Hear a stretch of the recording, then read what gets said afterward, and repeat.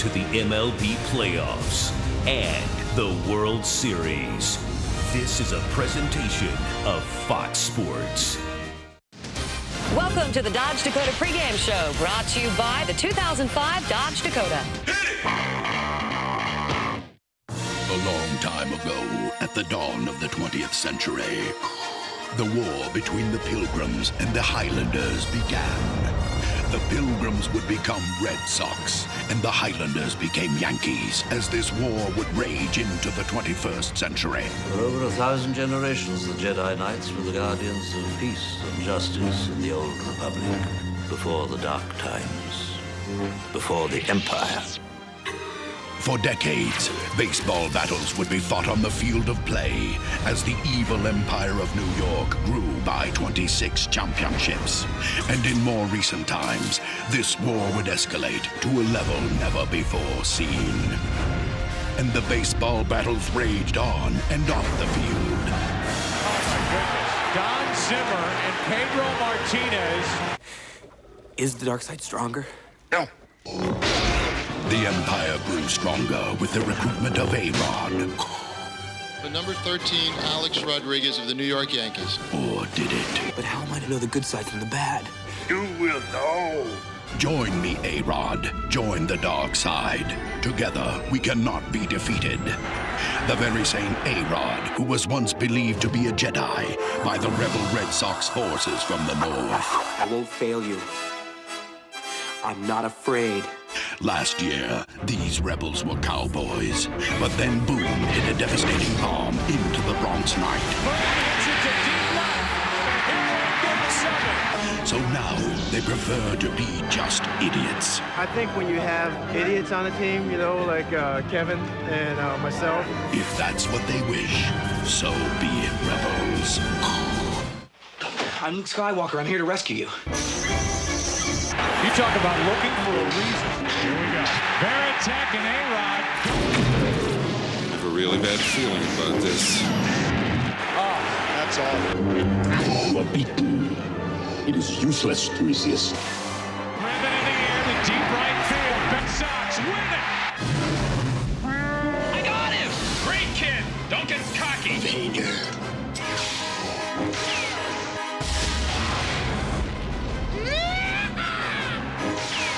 The Force will be with you, always. The Red Sox rebels stand just 7 battles away from that final frontier of defeating the enemy evil empire. But the empire will always strike back. Can't we all just get along? I'm real dowdy, Pedro. The Star Wars trilogy available on DVD, but this epic battle is coming to you live right now on Fox. Yankees, Red Sox. The rivalry remains red hot. The temperature of the night air, okay, a tad chilly. Maybe some football weather appropriate, don't you think? Because with these two, it could get physical, especially since the war of words have already started. I'm not sure I can think of any scenario more enjoyable than making 55,000 people from New York shut up.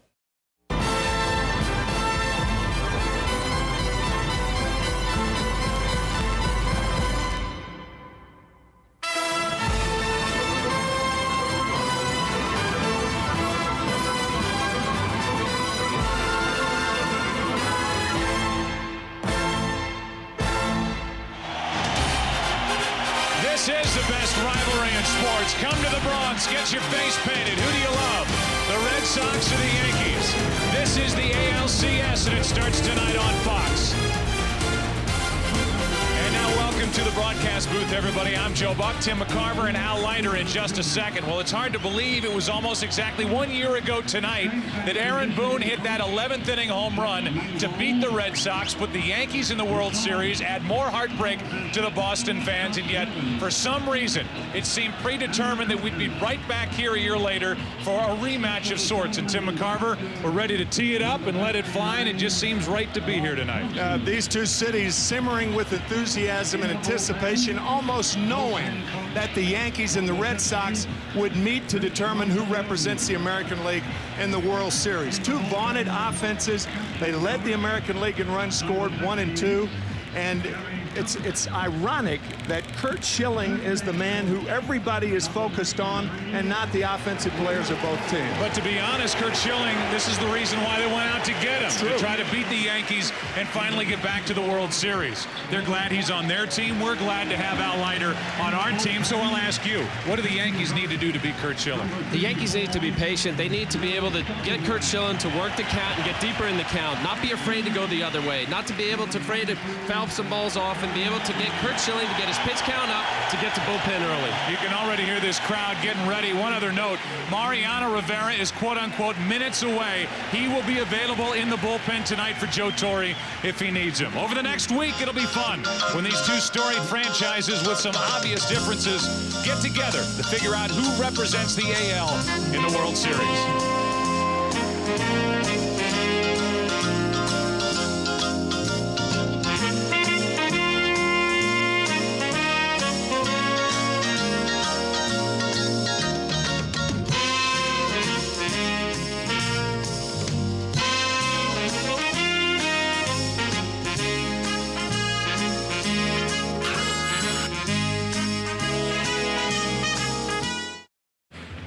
Championship Series on Fox, brought to you by Dodge. You can take life as it comes, or you can grab life by the horns. Dodge.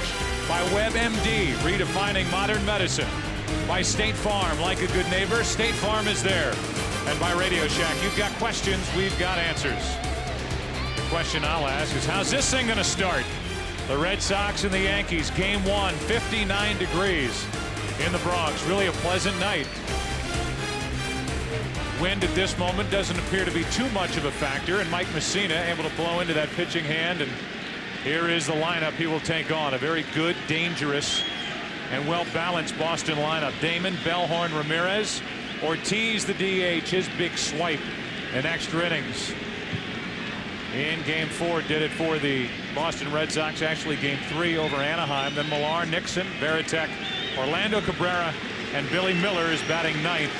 He's the third baseman. Johnny Damon ready to go, and so are these fans.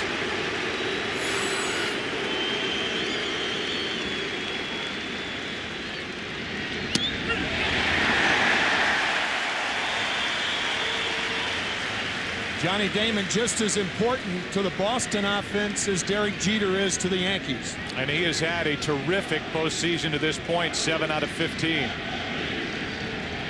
The 0-1. 0-2.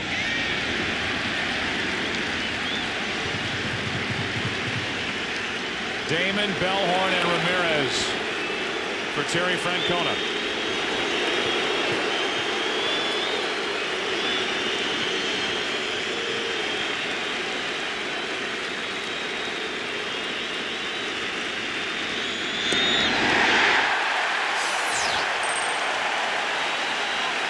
Three pitches, one out, as Mussina makes another Game 1 start for the Yankees.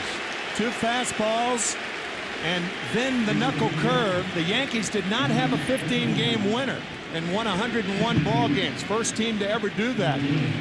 Mike Mussina, as much as any pitcher on either side, smart and resourceful. With one out, nobody on, Mark Bellhorn is at the plate. Another strike.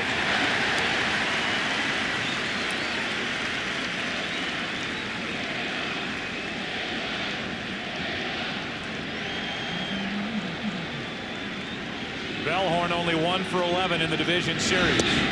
Checks his swing. 1 ball, 1 strike.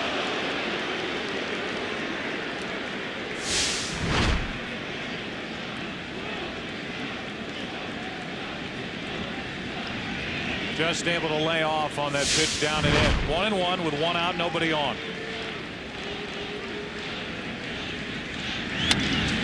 On a line into center, Bernie Williams has it, 2 out.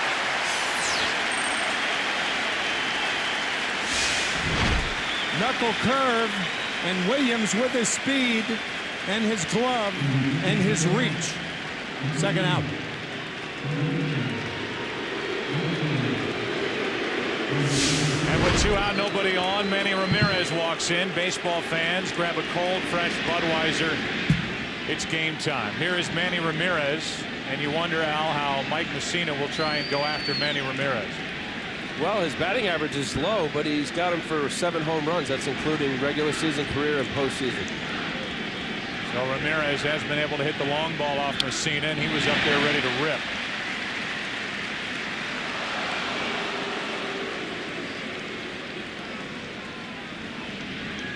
The combination of Ramirez and Ortiz in the divisional series, good for a .458 average, 2 homers, 11 RBIs.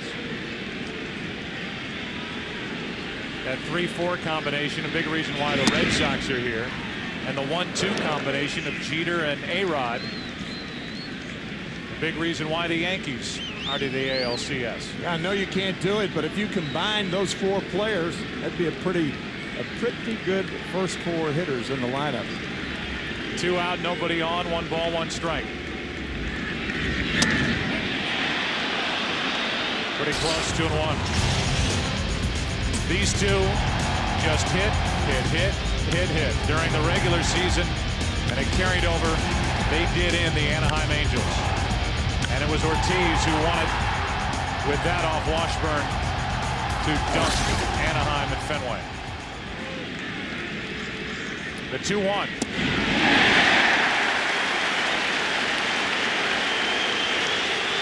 That was a nasty slider off the plate away and down. Mussina so far does not have to be smart and resourceful. Excellent stuff in the early going.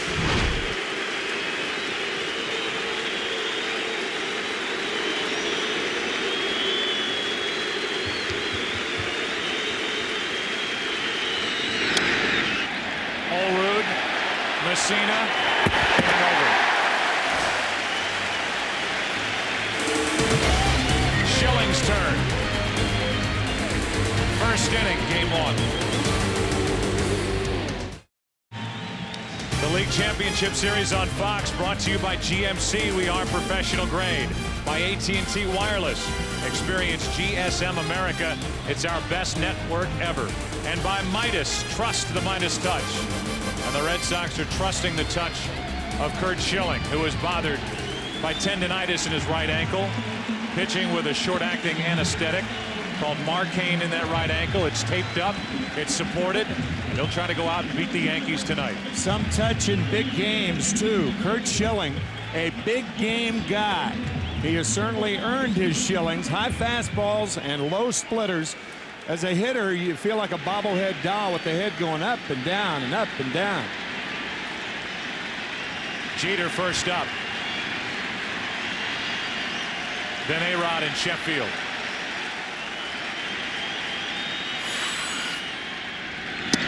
Strike 1. Jeter during the regular season really came on and ended up hitting .292 during the division series, 6 out of 19. With a home run and 4 RBIs. Strike 2.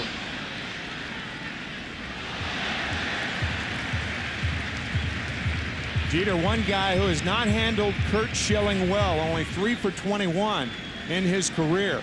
An outstanding 2-strike hitter. Apt to go to right field with 2 strikes on him. How will Schilling try and get him with an 0-2 count? Reaching for it into right center field. Nixon, Damon, Nixon, 1 out. Take a look at the rest of the Yankee lineup. Nice running grab by Trot Nixon to start the night defensively. Jeter, now it's A-Rod, Sheffield, Matsui, Bernie Williams, Jorge Posada, John Olerud, Miguel Cairo. It's Kenny Lofton, the DH tonight, replacing Ruben Sierra.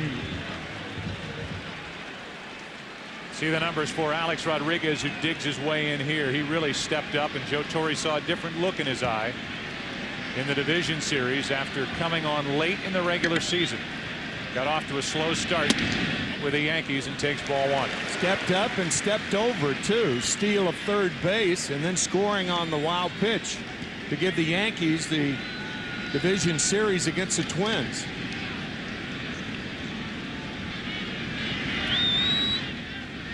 That's hard hit but foul. 1 ball, 1 strike. You're watching Fox Sports, broadcasting in the world's finest high-definition standard. While this is a rematch of a year ago, there's so much more anticipation.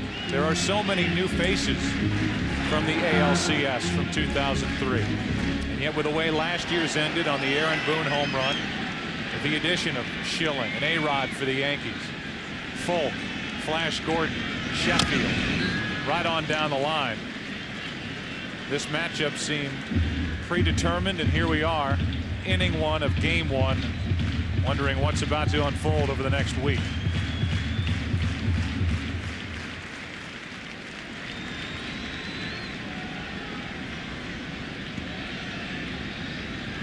Rodriguez, then Sheffield. Just missed. 2-2. Where? That was the first quizzical look you've given me in our broadcast time together, Al Leiter. That's the pitcher in me. You liked the pitch. Schilling liked it, but Randy Marsh didn't. He's the home plate umpire. Full count. It's pitches like that. Certainly Schilling is a guy who's very established and a veteran player who can deal with it. But when you're facing such a great hitter such as A-Rod, you make your pitches that you work on weekly, daily, yearly, forever, and you make it and they miss it. It's frustrating. Sometimes it could carry on to the next pitch or two. Yeah, it's often said about teams 4 outs in an inning. You don't want to give a hitter like A-Rod 4 strikes in an at bat. It's a full count. Fastball away. Clear hit it, and A-Rod does. This one easier for Nixon. 2 out. Well, you know Nixon's in right. Take a look at how Boston covers the field with tonight's Boston Red Sox defense, brought to you by State Farm. Ramirez, Damon, and Nixon in the outfield with Miller at third. Cabrera, Bellhorn, Millar, Veritek doing the catching for Schilling. And what a different team, especially defensively, this Red Sox ball club became when they picked up Orlando Cabrera, trading deadline day, and in essence switched Cabrera for Nomar Garciaparra. The 2 out, nobody on. Here's Sheffield right on top of the plate, takes a strike. Yeah, it's Cabrera who has been the adhesive of this defense.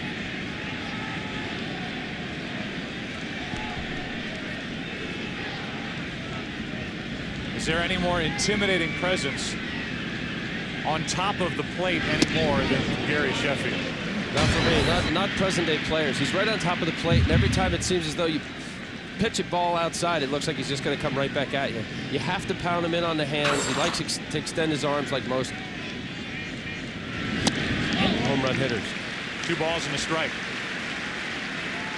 That's why Mark Bellhorn is almost on the left side of the infield. Gary Sheffield will ground the ball through the right side, but this is a quasi shift that the Red Sox have on Sheffield.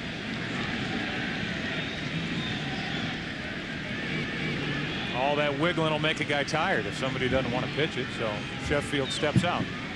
He does that as a timing device to stay back on breaking balls. He's up on the count, 3-1. Sheffield getting his first taste of this rivalry in the postseason. Looking forward to these games with the rest of us. 3-1 pitch. Hook down the line, fair into the corner. Sheffield will start this ALCS with a double. 2 out. First inning double. Not a bad start for Sheffield. We said because of the waggle, he stays back on breaking balls. This is a hanging slider and a tracer down the left field line. You can see that slider spin. Not a good pitch from Schilling, but a slider and a fastball count. That's right, which 3-1 count for Schilling. Very well aware of Sheffield's capability with off-speed, up-out over the plate. But in the 3-1 count, in most instances early in the game, he's thinking Sheffield's looking fastball. He's got a freebie strike to get to 3-2. He didn't get it. Now it's Matsui. Runner at second, 2 out. Yankees could take the lead with a hit. Fastball for a strike. Hideki Matsui has slipped right into the cleanup role for Joe Torre, and he often gets overlooked. Look at the numbers he put up this season against the Red Sox. 361 average, the 18 RBIs, 18 of his 108.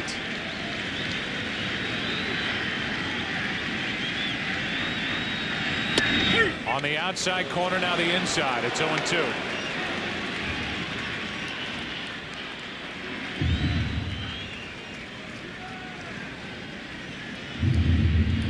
Schilling is retying the shoelace on that right shoe. A heavily taped right ankle.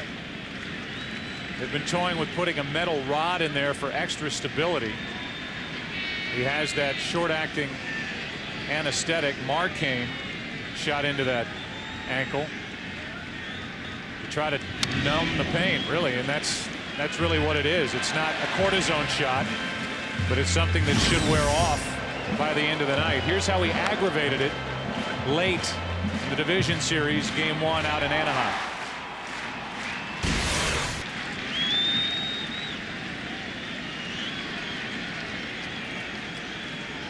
Runner at second, Sheffield 2 out, an 0-2 count. Matsui had stepped out. I would imagine the push-off foot, it would be worse to have that ankle bothering you than the one on which you land. No question about it, especially for a power pitcher like Schilling, who relies on a lot of force, backside, his legs and everything else. He has to feel the force to push. And what will happen if he is feeling sore in the foot, he'll get underneath some pitches and probably be elevated on all of his pitches. Like that 3-1 slider to Sheffield. Matsui sticks the bat out into left, base hit. The Yankees strike first. What a beautiful piece of hitting by Matsui. 1-0 New York.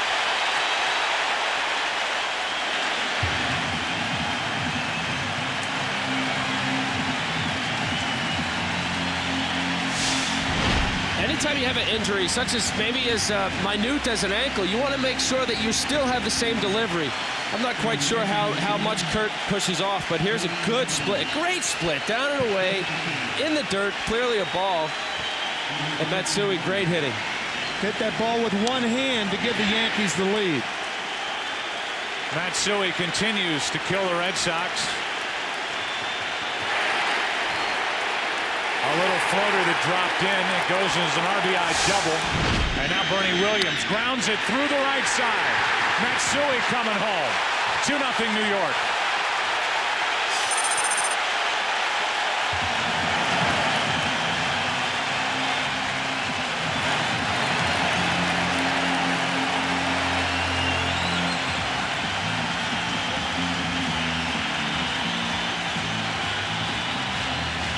Schilling retiring Jeter and Rodriguez, and 3 2-out hits. A double by Sheffield, a double by Matsui, and an RBI single by Bernie Williams. Bam, bam, bam. 2-0 Yankees.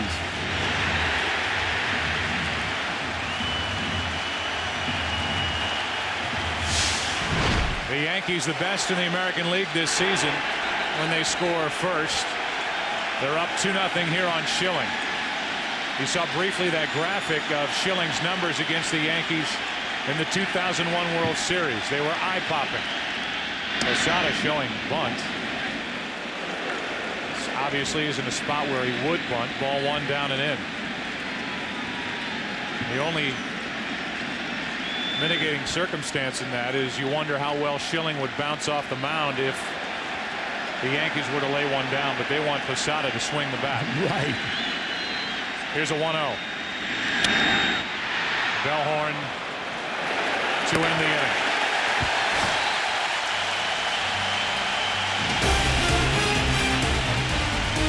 Two-0 Yankees after 1.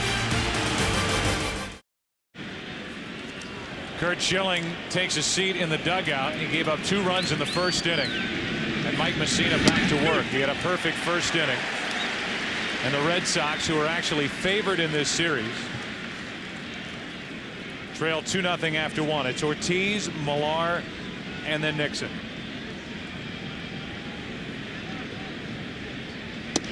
David Ortiz has had a couple of fantastic years in a Red Sox uniform.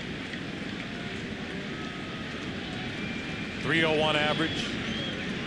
Tied for second in the AL with 41 home runs. 139 RBIs, second best total in the American League. 1 ball, 2 strikes. That's where American League pitchers try to pitch, David, inside on the hands.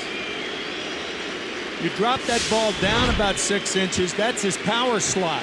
But if you go inside, you want to stay on the hands. Mussina has controlled David Ortiz, who is a career .069 hitter against the Yankee right-hander.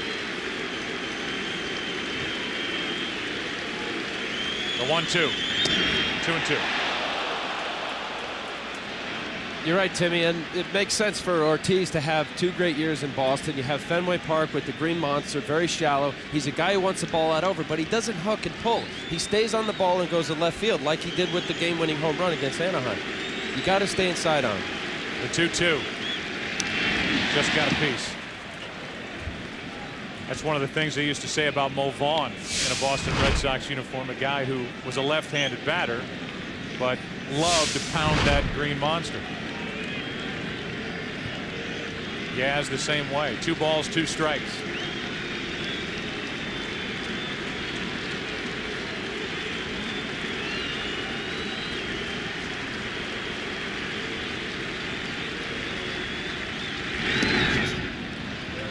Now full count. There are several traits about a guy like David Ortiz, who's a good low ball hitter, which means he's a good off-speed hitter, but it also means that you can pitch him tight. Guys who like the ball down are not as inclined to get around on the ball inside as high ball hitters. Ortiz chops it to the right side. Olroot, Mussina. They've worked on that since the middle of February. Whether it's Olroot and Mussina or any first baseman and pitcher combination across baseball. We look at the defense for the New York Yankees. See how they cover the field. It's brought to you by State Farm. Matsui, Williams, Sheffield, Rodriguez, Jeter. See what he's done in his career in ALCS play. Cairo, Olroot with Posada catching Mussina. 4 have been to the plate, 4 have been retired. Here's Millar.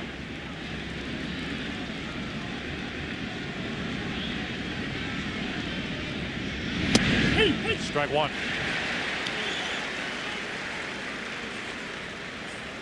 Millar has feasted on Yankee pitching.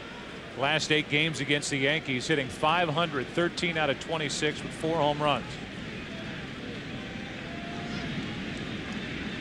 The 0-1. Left side from the hole. It's Jeter. Long throw. Nothing to it. 2 out.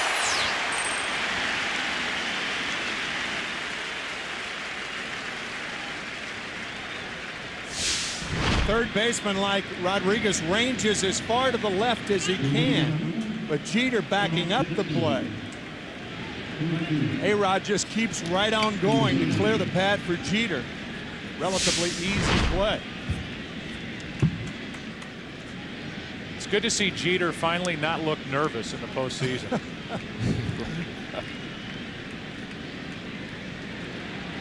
He is as cool as they get, and this Yankee run started with, I say, very little coincidence when he popped on the scene in '96. There's a pitch up and in, ball 1. And it may be October, but you never know. It looks like the middle of April on his face. Jeter, a guy who has 2 of the calmest eyes under pressure of any athlete I've seen. Nixon pops it up left side. Mussina off to a perfect start. Those calm eyes help Jeter pull it in. 1, 2, 3 go the Red Sox in the second. The Yankees got a couple in the first. Matsui drove in the first, and then it was Bernie Williams. On the strength of that, the Yanks up 2-0 after an inning and a half.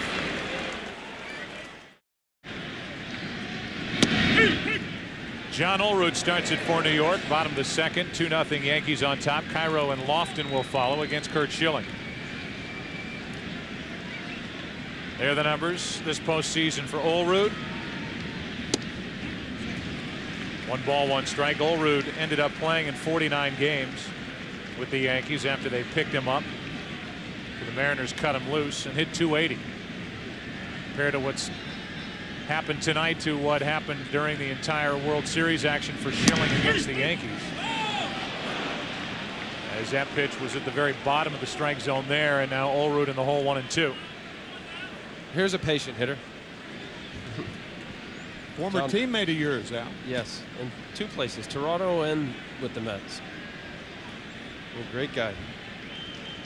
Trying to get something started for the Yankees on 1-2. Just spoiling it. Well, if my math is right, 21 pitches in the first inning, 5 innings, he'd have 105 pitches. So what do you think? So far so good. If you talked about the Yankees in our open, trying to be patient, trying to work the count, trying to get the pitch count for Schilling up.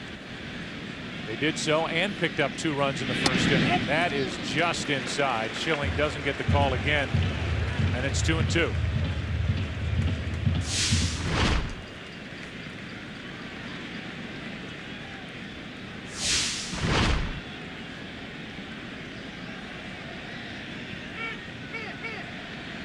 Okay, the key hit in that first inning is that double by Matsui. You can't hit that pitch. You're not supposed to hit that pitch for a hit unless you flare it somewhere. You cannot put the good part of the bat on the ball, but somehow he did.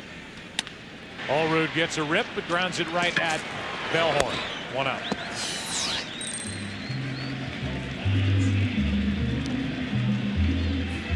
With 1 out, nobody on. Cairo. Miguel Cairo, his numbers against Minnesota, but his last 33 games is hitting .330. Lofton to follow. The Red Sox plan on using 4 starters in this ALCS against the Yankees. That means that Schilling is slated for games 1 and 5. Then he'd be hanging around if needed.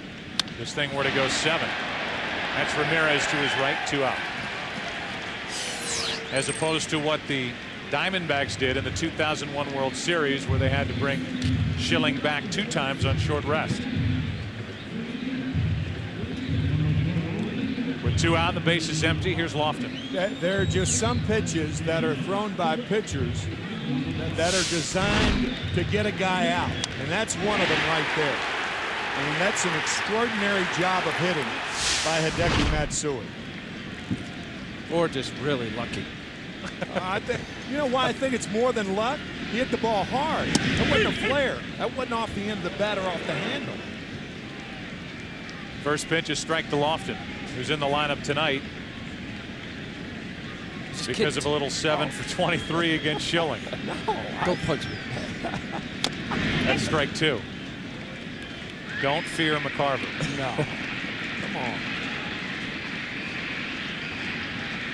Lofton getting the start as the DH. Sierra, who was one of the heroes in their clincher, game 4 of the division series against Minnesota, is on the bench.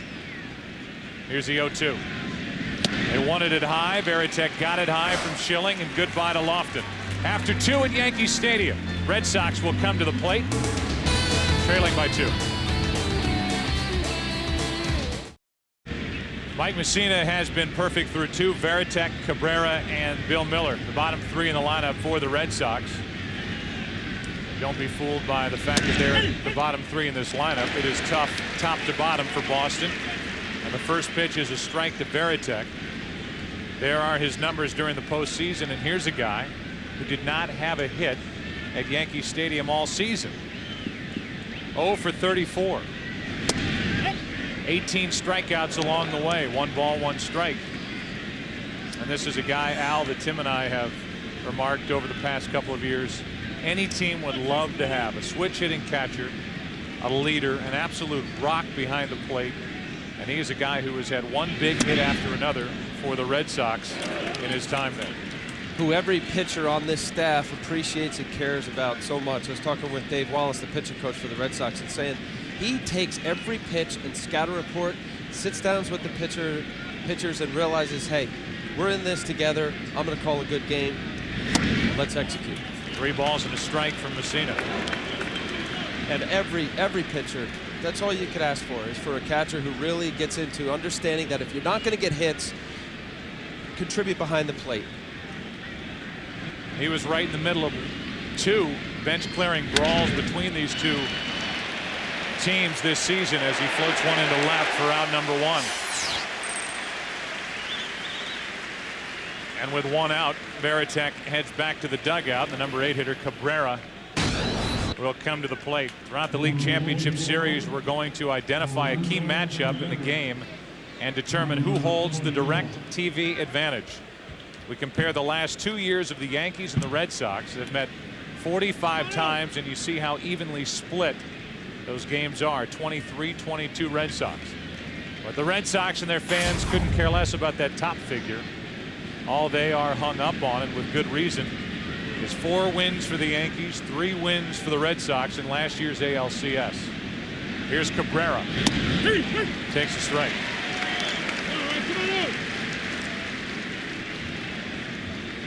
Orlando with a huge hit in Game 2 of the division series out in Anaheim.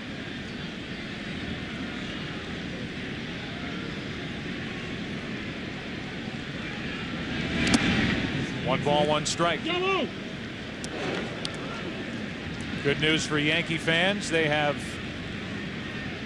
very valuable Rivera back. We'll go to Kenny Albert in just a moment to hear more about that. So far, 1 strikeout for Mike Mussina.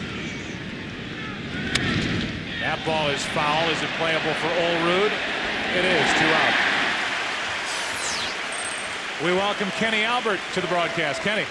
Well, Joe, Mariano Rivera landed at Teterboro Airport in northern New Jersey, and he arrived here at Yankee Stadium just moments ago. Now, during the pregame introductions, Bob Shepard, the longtime public address announcer, announced to the crowd that en route from the airport, number 42, Mariano Rivera, and the crowd went nuts. But he is here at Yankee Stadium. Thanks, Kenny. Yeah, that was, I would say, outside of maybe Jeter, the loudest cheer that any Yankee received was just for the news that Rivera was on his way here. Had to deal with a family tragedy down in Panama. His wife's cousin and his son dying in a freak swimming pool accident. And he had to go down there, grieve with the family, take care of business. They had the funeral today, and he flew in and just arrived. First pitch, a strike to Bill Miller. Batting in the number 9 position. He takes another 0-2. We do not know yet whether Mariano Rivera is emotionally capable of entering the game later on. One would assume that he is, since he's here and will suit it up. But if Mussina keeps throwing like he's been throwing, the Yankees aren't going to need a short reliever. Ball 1 up and away. Mussina has made 4 Game 1 starts with the Yankees.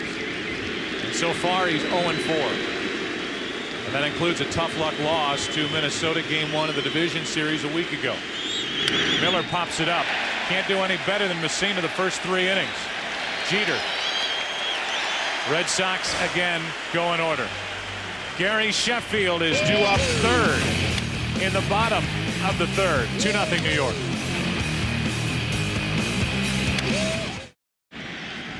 Top of the order for the Yankees, Jeter, Rodriguez, and Sheffield. Derek Jeter flying to right his first time up.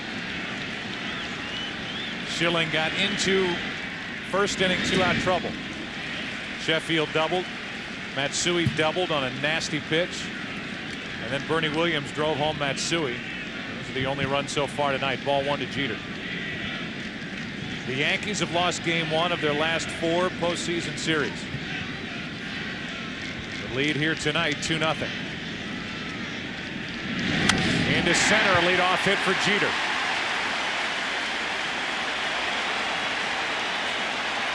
Weeknights on FSN.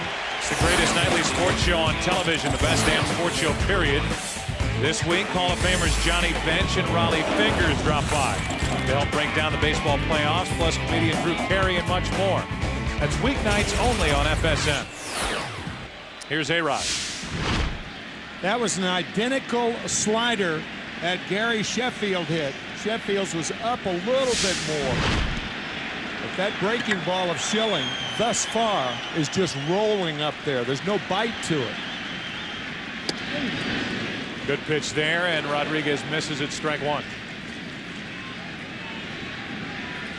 Everybody said Alex Rodriguez had to prove himself in the postseason in his first season with the Yankees, and he certainly did against Minnesota.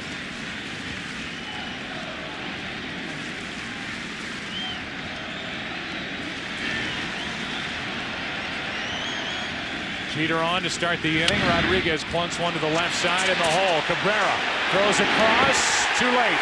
Infield hit. 2 on, nobody out.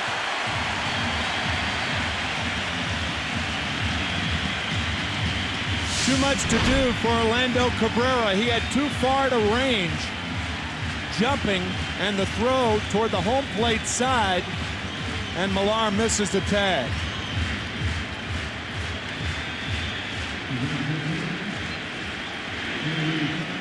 So an infield hit for Rodriguez, and that brings Gary Sheffield to the plate with 2 on and nobody out.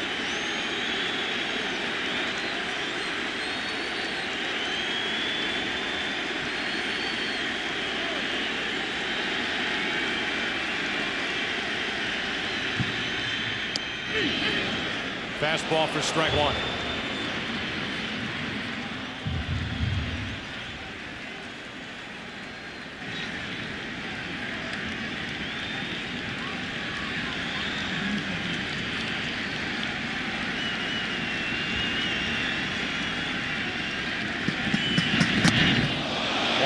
Strike. And you can see, Al, a lot of what you talked about earlier with Schilling, who's got to be bothered by that right ankle, not able to drive, and a lot of these pitches are staying up. Although they said his ankle has been bothering him for the most part of the season, so I don't want to use it as an excuse or anything like that, but I think it's been bothering him for a while. The 1-1 up again. It's 2-1.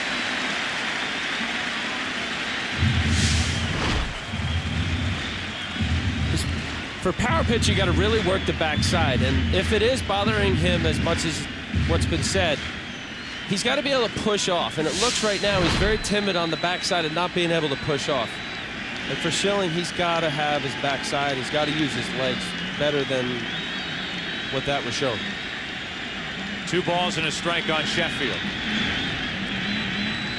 Schilling in third inning trouble, falls further behind. Which would probably explain Curt Schilling gets right-handed batters 60% of the time he throws fastballs, 20% of the time he uses his split, 7% of his slider and curve. And my point is that if he's using his curveball and slider more often than his split, he's either not feeling comfortable or something is wrong. Behind on the count to Sheffield, 3-1. And that's a strike on the outside corner. Full count. Sheffield thought that ball may have been outside. You can see Varitek setting up over the middle of the plate. A lot of times when a catcher has to move like that, hitters can see that. But he was setting up inside. That pitch was a strike. Send the runners here. They're going. Sheffield hits it down the left field line. Into the corner. Ramirez gives it a look. And it's a foul ball.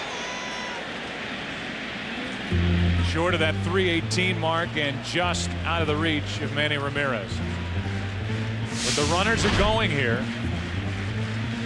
As Joe Torre starts the runners, if you're Boston and you're Schilling, you have to hope for a strike him out, throw him out chance here. This is a golden opportunity for the Yankees. The best of all worlds would be a line drive at an infielder.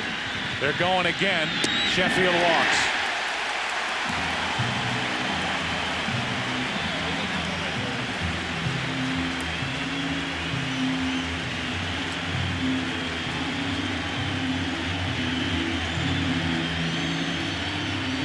For as good as Schilling is, he prepares as good as well as any pitcher in baseball as far as video and everything else. These are splits.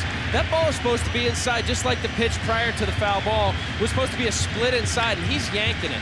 There's two things: either something wrong physically, or you're out of whack or out of sync mechanically, and he's off. And he's in trouble. And so are the Red Sox here in game one. Back-to-back singles, a walk. And here is Matsui. Down the right field line, hooked knocked into the corner and off the wall. 1 run scores. Here comes A-Rod. Sheffield all the way around. It's a 3-run double.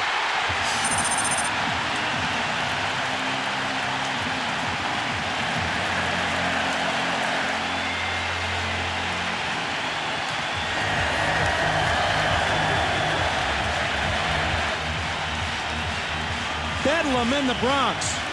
Trot Nixon slipped. Otherwise, Sheffield doesn't even try to score.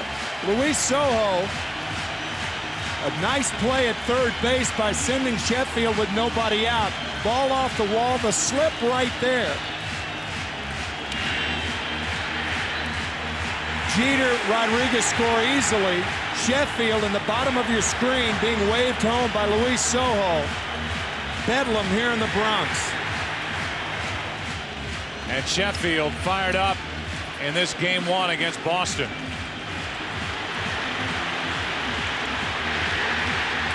That was a backdoor cutter that Schilling missed by 2 feet. But Matsui didn't.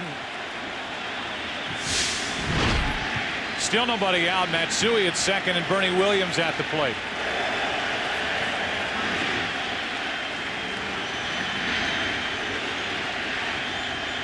There's already action for the Red Sox in their bullpen. At the most basic level of pitching, a fastball from Schilling doesn't look like it has great zip on it. Yeah, it's flat. A 1-0. 2-0. I don't know if it's too early to think about it, but I think the strategy of Tarek Francona perhaps changes now. If you get Schilling out of there, trust the bullpen to hold them down and come back. You're not giving the game away, but that way you can bring him back in game 4 as a starter. Right now he's scheduled for game 5. 2 balls and a strike. But if the ankle is bothering him, or if there is something physically wrong to the point that Schilling is pitching the way he is here in game 1, how anxious are you to get him back on the mound for game 4? I'm very anxious, and I'll take my chances. 2 balls and a strike with a runner at second, nobody out.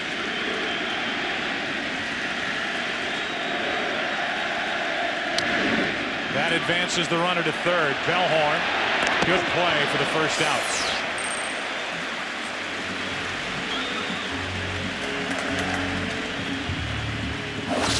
We take a look at Curt Schilling previously in the postseason, whether it's been the Philadelphia Phillies, great year with the Arizona Diamondbacks, or even what he did in game 1 of the division series against Anaheim.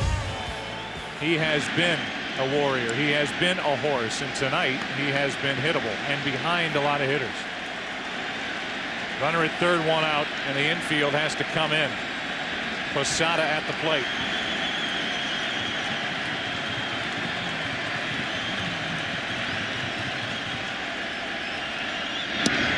Strike 1.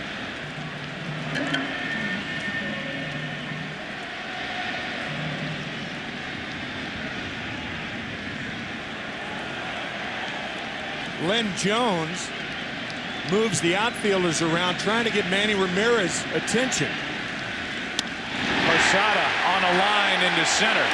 The catch by Damon. It's 6-0 Yankees here in the third.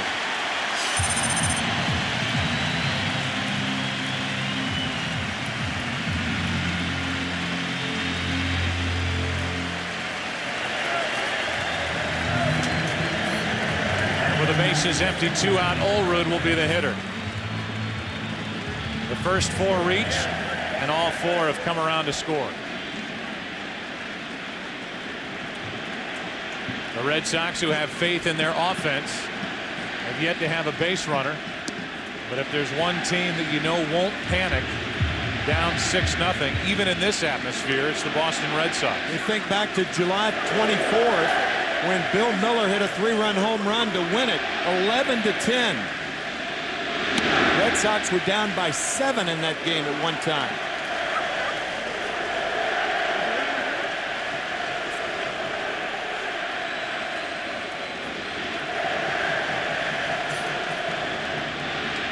Here's a 2-0.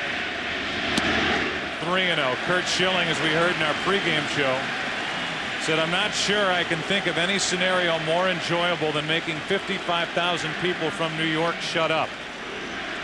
Not tonight." Here's a 3-0. A 2-out walk. Second walk of the inning and of the evening for Schilling. I think you get him out of there if you're Terry Francona. Maybe allow him to pitch to Miguel Cairo. Lofton on deck, the left-handed hitter. If you don't get him out of there, I think you're thinking about getting him out of there. Maybe one more hitter.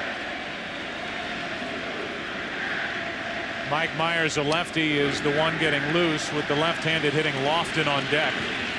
So you would figure this would be it either way. 1 ball, no strikes on Cairo.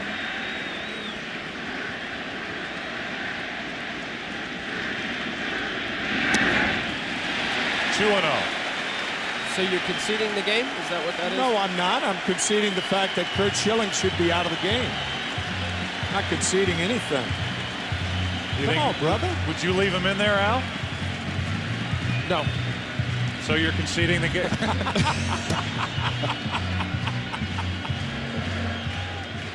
2-0 is the count on Cairo.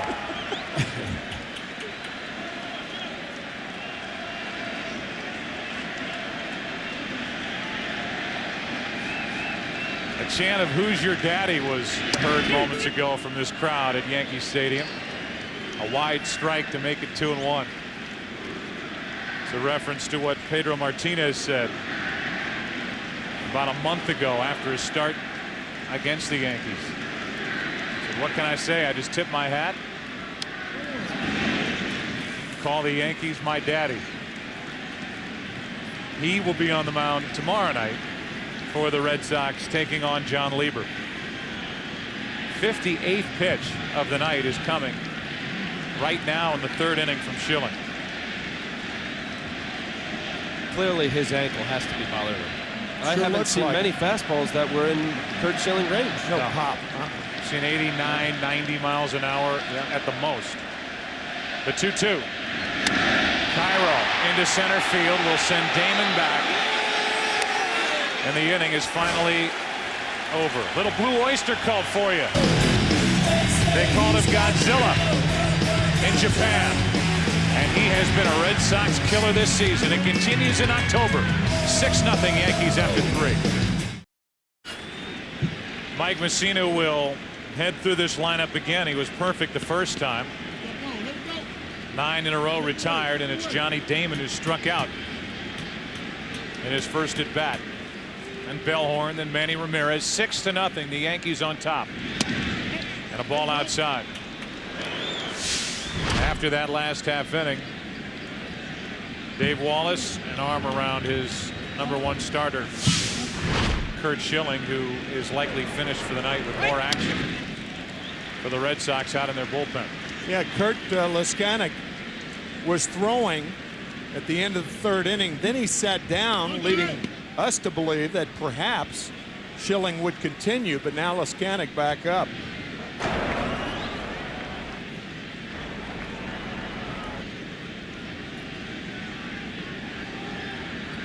Damon trying to become the first base runner of the night for the Red Sox in the hole 1 and 2. If you haven't noticed, Johnny Damon has solidified his spot as one of the best leadoff hitters in the game. How about 94 RBIs? He had 20 home runs, had an average over 300, and was 6th in the American League with 189 hits. Also stole 19 bases. 2 and 2. Thing that makes him such a tough out is, unlike most hitters with 2 strikes, Damon is a threat. Half of those 189 hits were with 2 strikes on him. He led the majors with 2-strike hits. He had 90 of them this year. Trying to get one here, and he is able to wait and lay off that pitch. Full count. This season, Johnny Damon has accomplished all of this. 2nd most runs in the American League, 20 home runs, a career high. .355 average with runners in scoring position. A lot of pop, a lot of production out of the leadoff spot for Terry Francona. That's on the inside corner, 1 out.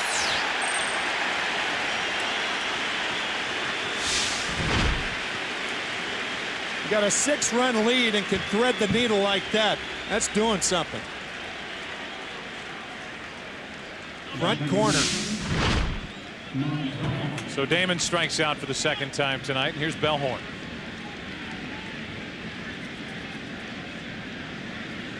Bellhorn hit it rather hard in the first inning, but lined out to Bernie Williams in center. Ball 1.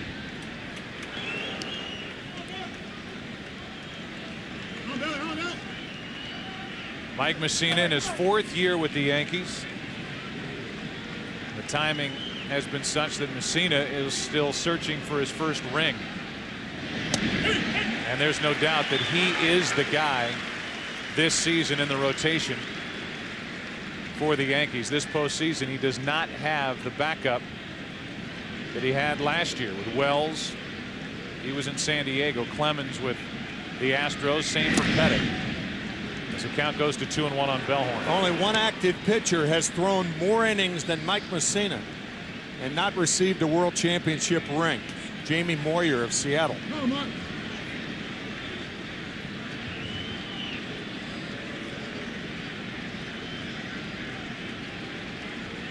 With 1 out, a 2-1 pitch to Bellhorn. 3-1. Kenny. Well, Joe, in his last 4 starts, Mike Mussina has been matched up with Pedro Martinez twice and Johan Santana twice. He said yesterday facing other top-of-the-rotation starters helps him prepare for games such as tonight's. Thanks, Kenny. And he's matched up tonight against Curt Schilling. 3-1 pitch. Full count.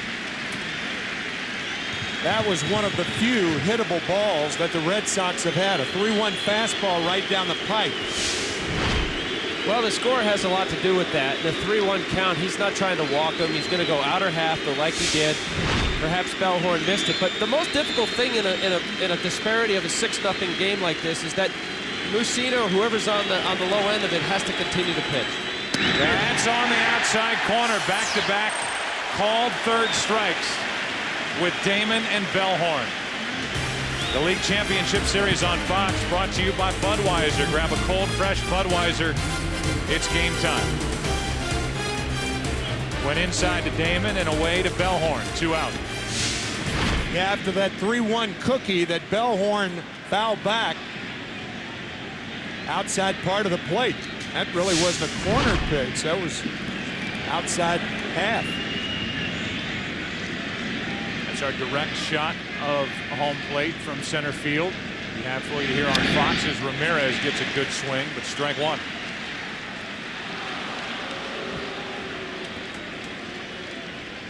Generally speaking, if your team trails by 6 or 7 runs in the middle innings, it's easier to hit because more pitches become predictable.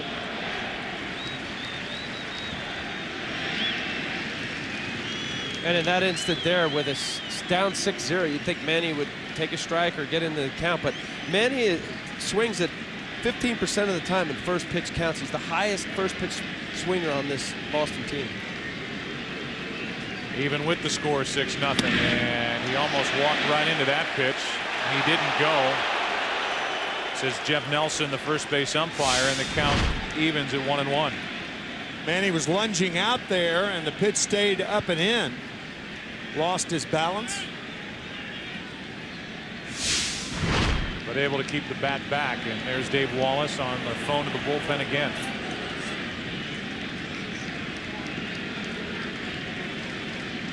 Here's a 1-1 on the outside corner, 1-2. You put those 2 pitches back to back, they belong together. The up and in fastball, and then the fastball low and away. Textbook pitching. Yes, sir.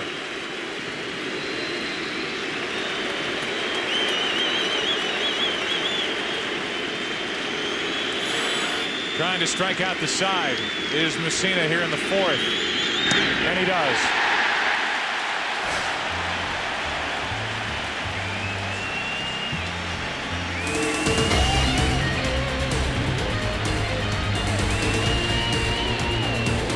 look says a lot. 6-0 New York. Curt Schilling's night is finished after going 3 innings, allowing 6 runs on 6 hits. The new pitcher for Boston is Curtis Leskanic. Leskanic takes over and deals with Lofton, then Jeter, then Rodriguez. That's wide, 2-0. Leskanic part of a deep bullpen for the Red Sox. They have Wakefield down there if they need him. Derek Lowe, Mendoza, who they added for this round. 3-0 on Lofton. They also have Arroyo down there. In the right situation, they'd bring him in. And you look at the final numbers for Curt Schilling, and there's no doubt that that right ankle was bothering him. Shortest postseason outing ever for Curt Schilling. And the Yankees lead 6-0. Here's a 3-1. Full count. The rotation set for the Red Sox is Pedro Martinez tomorrow, Brandon Arroyo for Game 3, and then Tim Wakefield for Game 4.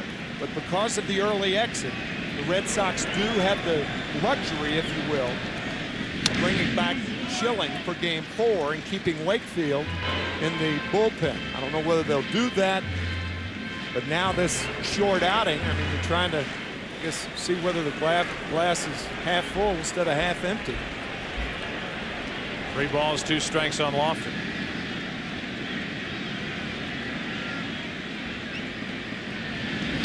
Another foul. You talk to Terry Francona, the manager of the Red Sox. He says, don't make the mistake of thinking that the ankle flared up only on Curt Schilling his last time out. He's pitched with it for a while. But with the way that Schilling's stuff looked tonight, you wonder how much that ankle is bothering him after we showed you that highlight of the late inning play where he had to come off the mound to his left and on the line, made the play, then went down and grabbed that right ankle. Certainly a fair point. If that is the case, what would his status be for the rest of this series? Here's a 3-2. A leadoff walk. The LCS continues tomorrow across the Fox networks, as most of you will see Game 2 of the ALCS between the Red Sox and the Yankees here on Fox. While on FSN, it's Game 1 of the NLCS between the Cardinals and the Astros. Those of you in St. Louis, Houston, and other select markets, you can see this NLCS game on your local Fox affiliate, while watching Game 2 will be on FSN. So whatever your FSN local carrier is, that will have the other game for you. Across the country, the Yankees and Red Sox will be featured predominantly, except for those markets, Houston, St. Louis, and some other areas. We'll have 2 games for you tomorrow across the Fox networks. That all starts, by the way, tomorrow at 8 Eastern, 5 Pacific. A leadoff walk. And they're paying close attention to Lofton, who stole 7 bases during the regular season. The Houston Astros enter the League Championship Series as hot as the Red Sox were coming into this game tonight. However, they won't be able to use Roger Clemens and Roy Oswalt until games 3 and 4 of that series. Instead, it'll be Brandon Backey, who has really pitched well for Houston. His numbers 5 and 3. Pitched well already in the divisional series against Atlanta. Woody Williams got a victory in Game 1 of the division series against the Dodgers. You see his career numbers against the Astros, 9 and 4. He's from the Houston area. That's tomorrow at 8 Eastern. Either on Fox or on your FSN affiliate. 0-1 is the count on Jeter, and more attention paid to Lofton over at first. Well, if this is ever a spot to show the respect of what the Yankees have for the Red Sox offense, here Jeter tried to bunt to move Lofton to second, put him in scoring position with a 6-0 lead. Probably remembering that game on July 24th when they had the 7-run lead and lost it 11-10 on the 3-run homer by Miller. And even if you don't want to bunt, you got that big hole on the right side of the infield, and Jeter loves to go that direction.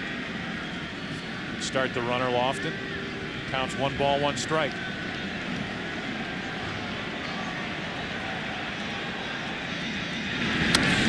Strike 2 on Jeter. 93 miles per hour from Leskanic.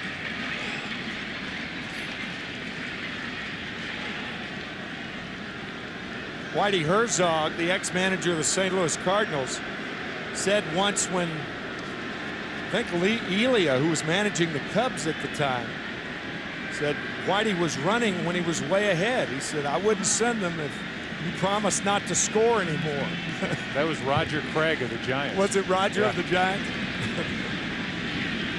Jeter checks it 2-2. I'll stop running as long as you promise not to score anymore. And a lot of those old unwritten rules have been thrown right out the window with the offensive explosion that has hit baseball over the last 10-15 years. 2 balls, 2 strikes. Lofton drew a leadoff walk. Leskanic deals to Jeter, and that almost caught Jeter on the thigh. Full count.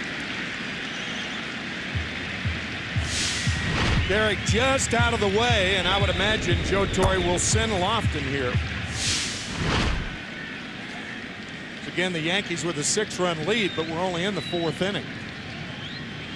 Boston on the other side of it has yet to get a man on base against Mussina. Kenny Lofton looking at first base coach Roy White to catch the wink. He's going on ball 4, so Leskanic has come out of the bullpen and walked the first 2. What that means is if you're the runner on at first base and you're unsure whether you're going or not, just peek over the first baseman's shoulder and the first base coach will give you a wink. 2 eyes hit and run, 1 eye you're going. Of course, there 3-2 pitch, and you could clearly see Lofton flashing those bulbs toward Roy White, and Roy obviously winked at it. So here on the 12th of October, Kenny Lofton doesn't know the signs. Well, I mean, that's the way it happened right there. Well, he's also given a spot to look in and see what Veritek's doing. They try to get the catcher sleeping a little bit and looking in to see if he can get an off-speed pitch to run on. With 2 on and nobody out, Alex Rodriguez hits a slow roller to short, and they still turn 2. Nicely turned by Cabrera and Bellhorn. That ball wasn't hard hit at all, and it's a 6-4-3 double play. But when a hitter gets jammed, he doesn't get out of the box well enough, and the Red Sox take advantage of it. A quick shuffle by Cabrera and nicely turned by Bellhorn. I didn't think they had a chance for 2 on that play. Either. And they just got Rodriguez at the wire, and now it's Sheffield, who has doubled and scored, walked and scored. Bottom of the 4th inning, Yankees already leading 6-0, looking for more, and Sheffield takes a strike.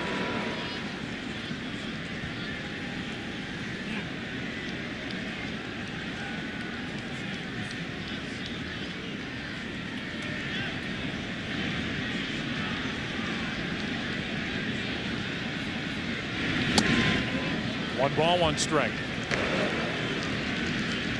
Sure, Leskanic, this was the furthest thing from his mind, thinking he was going to come into the game in the 4th inning with Schilling on the mound in game 1. And here he is trying to pitch around back-to-back walks to start this 4th. Sheffield tried to hold up, could not. 1-2.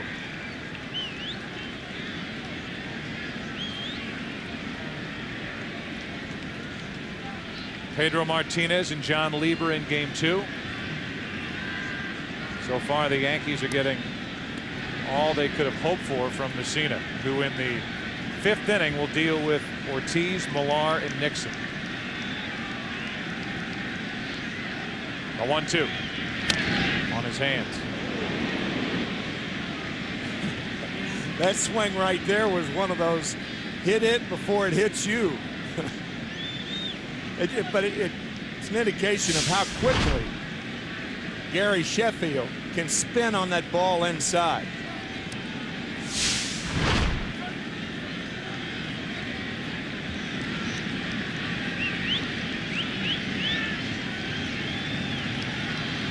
Lofton the runner at third, 2 out. And Sheffield took ball 2, 2-2. Are you sure? They're calling it ball 2. It looked pretty good from up here. And Leskanic did a little extra hop at the end, not getting that pitch. Let's take a look from dead on center field. Pitch right down the middle, ball 2. Must have been too hard. 2 balls, 2 strikes.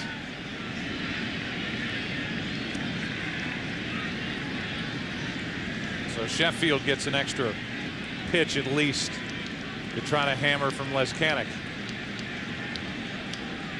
Runner at third, 2 down, and that's 2 wide. Full count. Ramiro Mendoza getting loose for Boston. Got that guy lingering on deck again. The guy with 4 RBIs, 2 doubles. Matsui.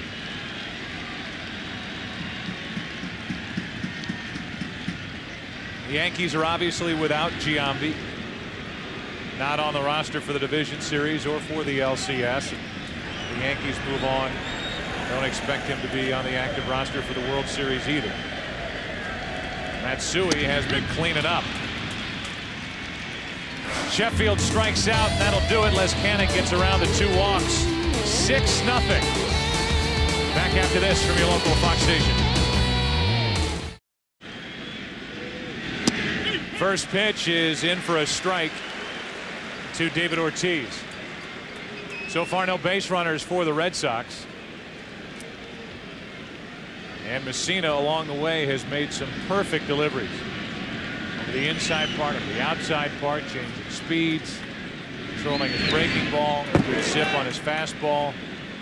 He's 1-1 on Ortiz, who grounded out to the right side his first time up. And one of those keys, Joe, to get 3 Red Sox in a row at the top of the order, taking a called third strike. Damon, Bellhorn, Ramirez.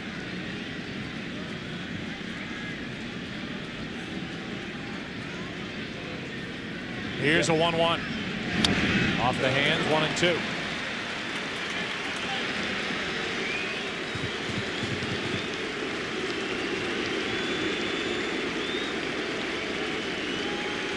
More moose calls for Mike Mussina here in the 5th. Mussina so far has made it look very easy against a very dangerous Red Sox lineup. Ortiz vulnerable inside right now. Best time to jam a hitters with 2 strikes.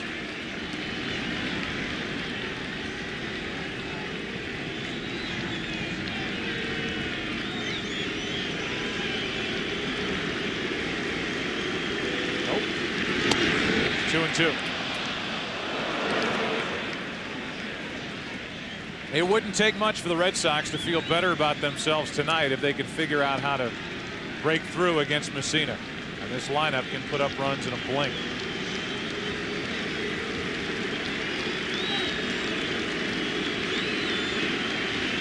Mussina making Ortiz wait, and David has waited long enough. You call the fastball away there, and Moose certainly knows what he has going on here with the 4 innings of no-hit baseball. You think it's already crept into his mind? Absolutely. The 2-2. Pitching in the 5th, and he has been perfect to this point. Posada called fastball away, 2-1 count, and a 6-0 lead. Probably a safe pitch down and away. There's a base hit to left, but with a no-hitter going on right now, and I know it's only in the 5th inning, you want to come inside.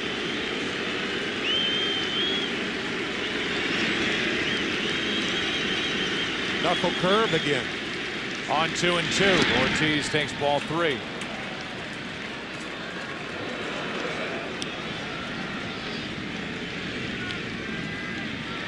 Mussina has flirted with perfection, taking perfect games into the 9th inning twice throughout his career. Fastball inside. On 3-2. 4 consecutive strikeouts. And it has been as easy as ABC for Mike Mussina. It's easy as 1, 2, 3. I say let's go, bring me ABC. 1, 2, 3, baby, you and me, girl. 3 called third strikes in the 4th inning. 5 strikeouts overall. He's established his fastball, he's thrown his knuckle curve for called strikes, and then he's able to expand, and that's exactly what he's been doing. Now it's Millar at the plate. And there's another pitch on the corner, this time the inside corner to Kevin Millar.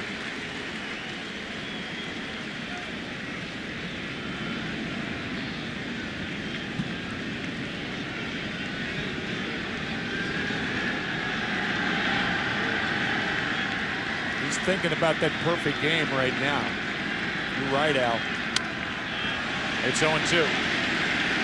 He is really taking charge in the 5th inning, coming out and shaking off Posada at will. That's the way it should be. But Mussina, very, very aggressive right now. He is pitching like it's a 1-0 game.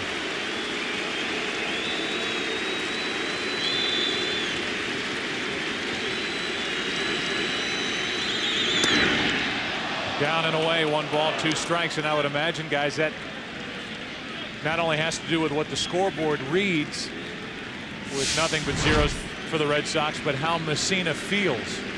And he feels terrific tonight, that's obvious.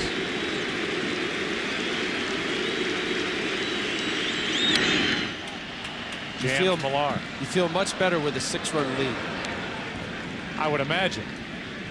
A little more relaxed on that 2-0 fastball latter half.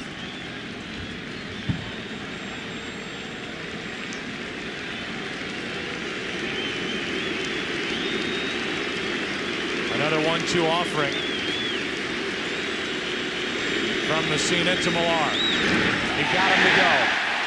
Another strikeout and another out. Scooter tells us about the curveball.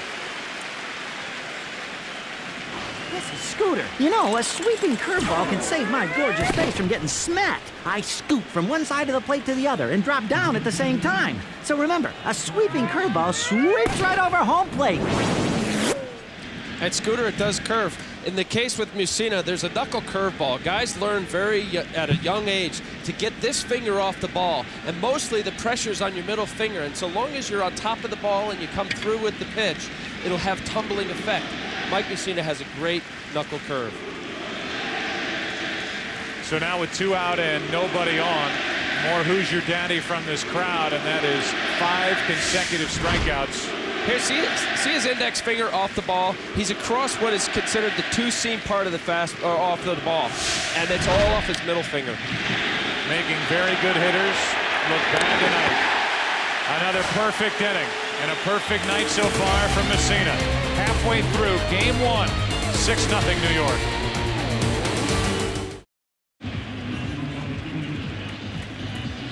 Joe Torre, Willie Randolph, who, by the way, received permission, as did the Mets today, from the Yankees organization.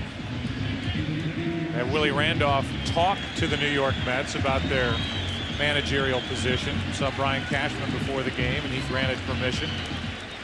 And Joe Torre and the Yankees have been talking about Willie Randolph deserving that opportunity, and hopefully for Willie that will come along. Bottom of the 5th inning. Hideki Matsui is at the plate, and he's driven home 4 runs tonight. Off the end of the bat, Ramirez back on the track. They're out number 1 with the new pitcher Mendoza in the middle of the diamond for the Red Sox, and that gets a smile and a sigh of relief from Ramirez. Ramiro Mendoza, a former Yankee. When you talk about being locked in at Matsui, he hit an unhittable pitch in the 1st inning. He had a rocket that hit the wall to drive in 3 runs and clear the bases. And he hit that ball off the end of the bat to the wall. 3 great at-bats by the former Japanese superstar Hideki Matsui. Bernie Williams is 1 for 2 with an RBI single and a ground out. Ball 1. Mendoza was added to the active roster as Mariano Rivera gets a great reaction from these very aware fans here at Yankee Stadium. It's been a rough couple of days for Mariano and his family.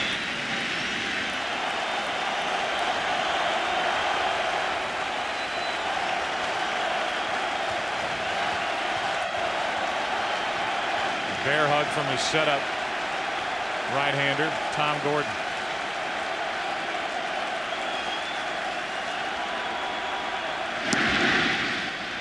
Two balls and a strike on Bernie Williams.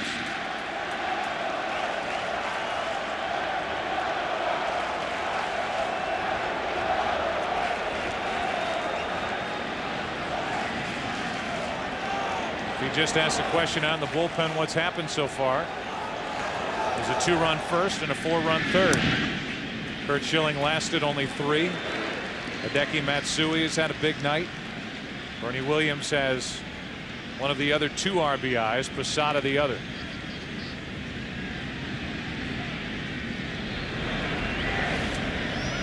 Here's a 3-1 for Mendoza.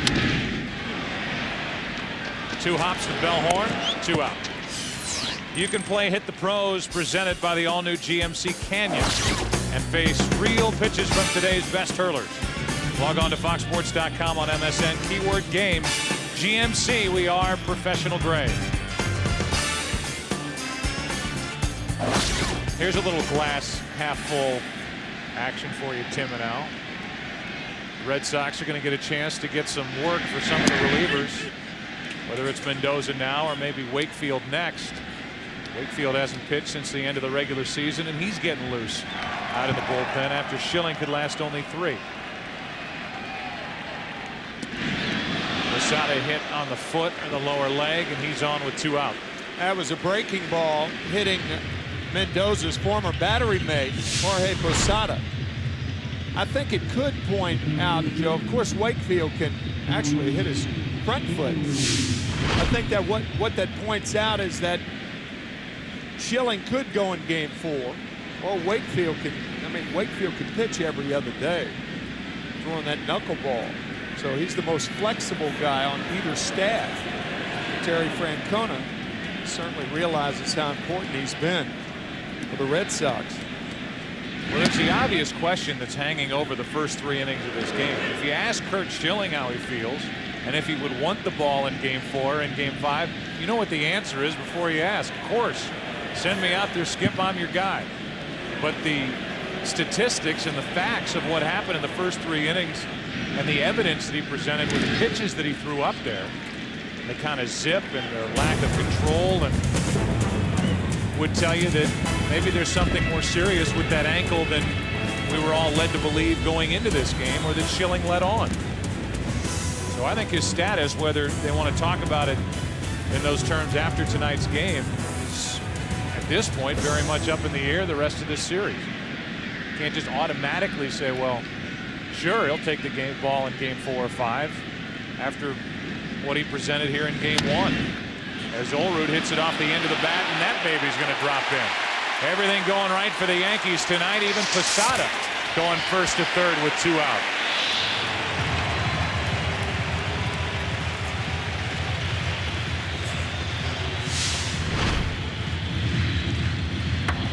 It's a sacred down and away.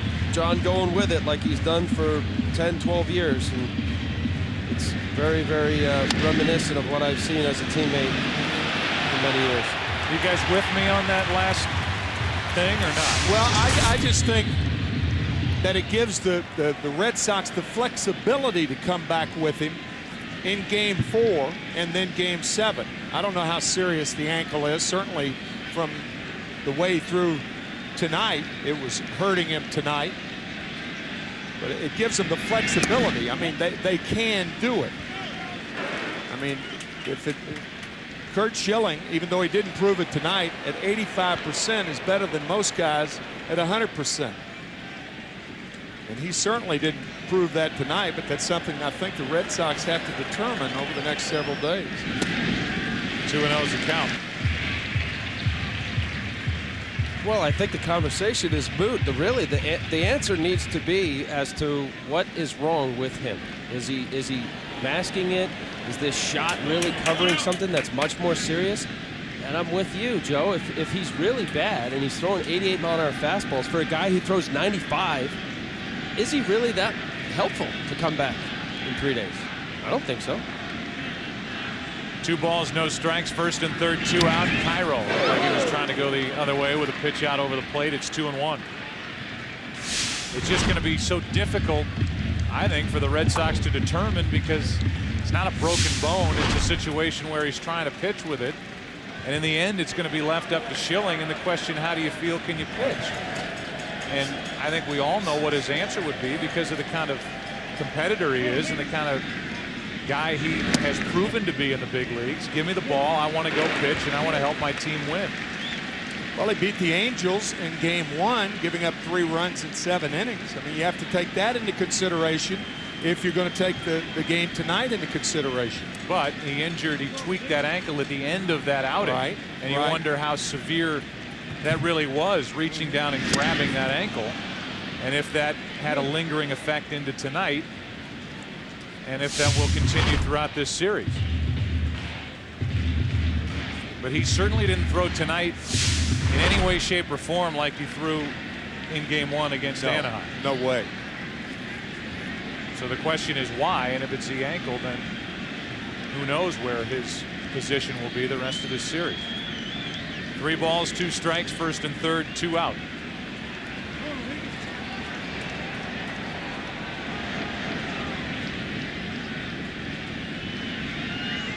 Runner goes, line drive to Cabrera, and the inning is over. A hit batsman, a base hit, 2 left in the inning, 5 on the night for the Yankees. The focus on Mussina. Head back to work in the 6th. The League Championship Series on Fox, brought to you by the new Chevrolets. 10 new cars and trucks in 20 months. An American Revolution. By Cialis. Ask your doctor if a free sample of Cialis is right for you. And by Emerald Nuts, premium snacks products available in the on-the-go shapes and sizes. We're in the 6th inning, and so far no base runners for the Red Sox. Varitek first up, and he takes a strike.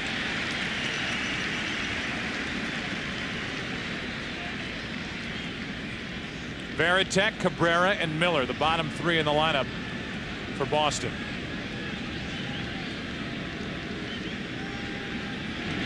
That is hammered foul. Along with our producer Pete Macheska, our director Bill Webb, Joe Buck, Al Leiter, Tim McCarver with you. Game 1 of this ALCS, and it's been all New York. 2 runs in the first, 4 runs in the third. It's the 6th inning now, and Mike Mussina has not allowed a base runner.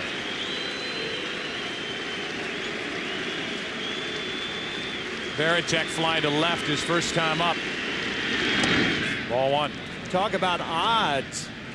Jason Varitek is 0 for 35 at Yankee Stadium this year, and Mike Mussina has a perfect game in the 6th inning.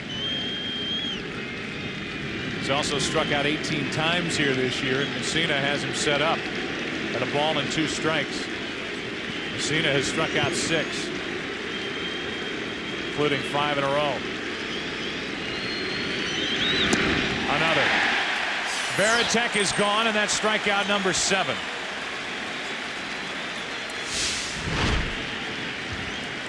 Knuckle curveball down, is able to expand. You stay ahead, use your fastball. Like Tim said earlier with the scouting report, 4 corners with Mussina's fastball. Now they have to be defensive, and in this case, how quickly this curveball is dropping. It's a defensive swing. Just like bingo. 4 corners from Mussina, and bingo, he has pitched some game, I'll tell you. With 1 out and nobody on, here is Cabrera. That is wide for ball 1. When's the last time you played bingo? About 35 years ago. Congratulations. Thank you. With the bases empty and 1 out, a 1-0 pitch. Orlando Cabrera takes wide again, 2-0.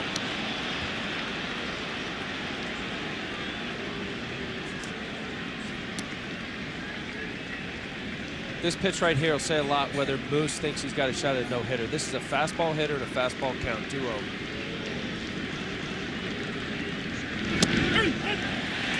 Two and one.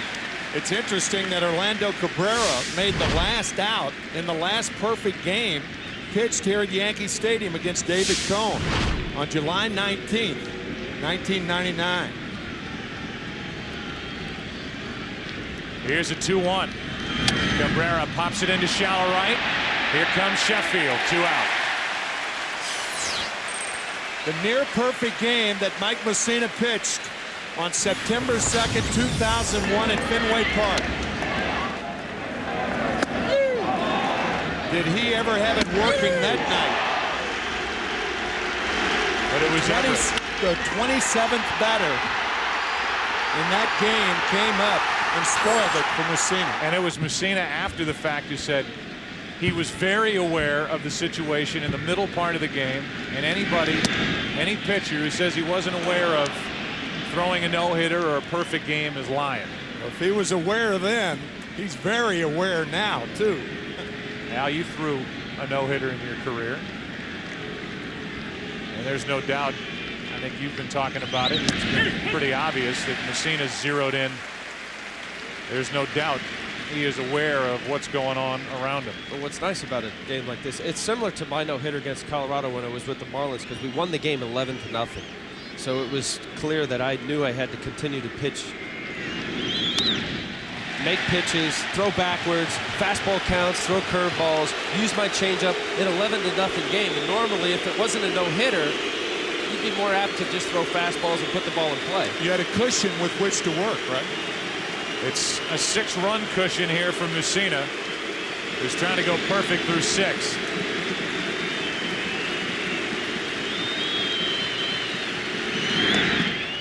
Miller wouldn't bite. Bill popped out his first time up.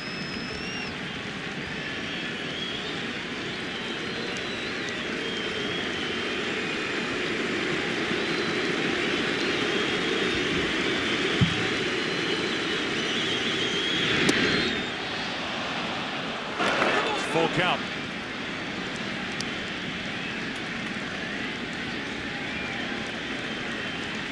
What are you calling, Tim? Fastball. What's a no-hitter? What are you throwing? I'm gonna throw a hook. Here's a 3-2. You're right. Just tapped foul, and it's still 3-2, and it was not a 3-2 grooved fastball. Well, if that pitch right there doesn't tell you that he's thinking about a perfect game, nothing will. A 3-2 curveball with a 6-run lead in the 6th inning. No question about it.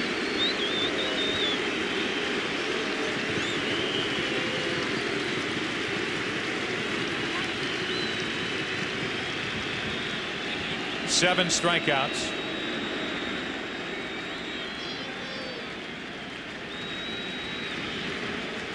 Schilling now in the dugout watching. Cheering for Miller on 3-2. And Miller pops it up. Matsui coming on. Mussina perfect through 6.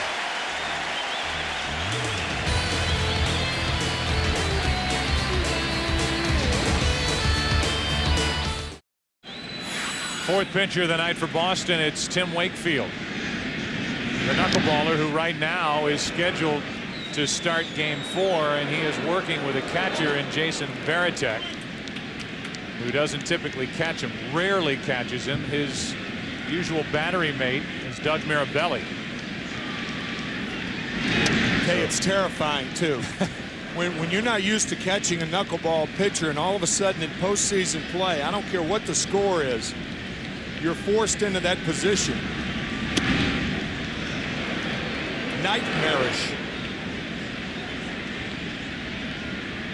2 balls and a strike on Lofton. The first action this postseason for Wakefield. 2-2. We've seen these catcher's mitts, whether it's Mirabelli or Veritek. They're bigger than a usual catcher's mitt. It's almost like a first baseman's mitt. The 2-2. Lofton cranks it down the right field line. That ball is gone for a home run. It's 7-0.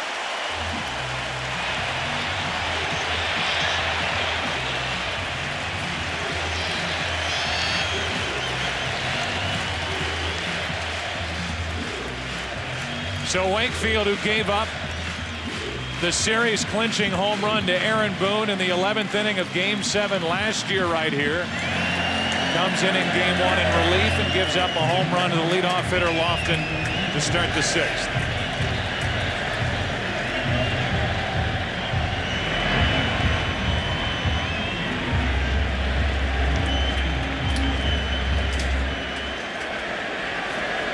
Derek Jeter will dig in as Lofton gets his 6th.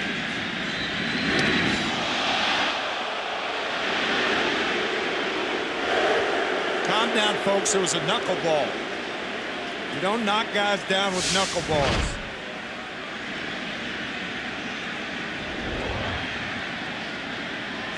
Here's a 1-0. Up and in again. 2 balls, no strikes. Had the Red Sox won last year's ALCS, the guy on the mound right now could very well have been the MVP of that series. Wakefield was terrific. Had to come on in relief and threw a knuckleball that didn't knuckle to Aaron Boone, and he ended it in Game 7. 3-1 on Jeter.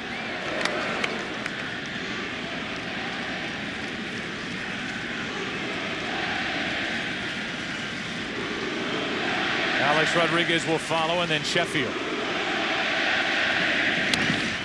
Left side for Miller. Long throw. 1 out. As if Red Sox fans haven't seen it enough. Aaron Boone's homer that ended it. A memorable game, a memorable series. And you and I, Tim, were struck by the raw emotion as you see Lofton take one out down the right field line against Wakefield. The raw emotion that we saw from Mariano Rivera at the end of that, going out and basically just throwing himself on the mound here at Yankee Stadium, excited that the Yankees had defeated the Red Sox. Rivera pitching 3 innings in that game. And Aaron Boone's biggest hit of his life. The guy at the plate is the man who replaced Aaron Boone. Boone injured himself playing pickup basketball in February. The Yankees cut him loose and then eventually made the deal with Texas to get Alex Rodriguez when the Red Sox and the Rangers couldn't get together on the money. About $12 million short. That's how it's reported. And Alex Rodriguez, even with the score 7-0, frustrated with that strikeout. 2 out for Sheffield.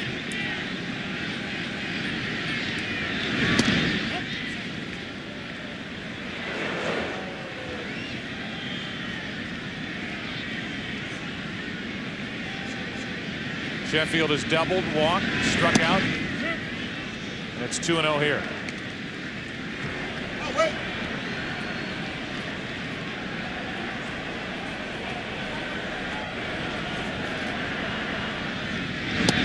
That catches the inside corner. 2-1. Randy Marsh is the crew chief of this umpiring crew. He's behind the plate, and he says that's strike 2.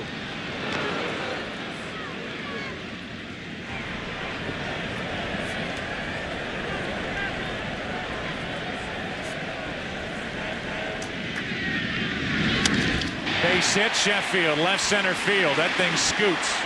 Ramirez cuts it off. Sheffield will dig for second and make it with a 2-out double. That'll bring in Hideki Matsui. It also gives you today's WebMD injury update. Focuses on Curt Schilling's right ankle. Check your own symptoms with WebMD's Symptom Checker at symptom.webmd.com.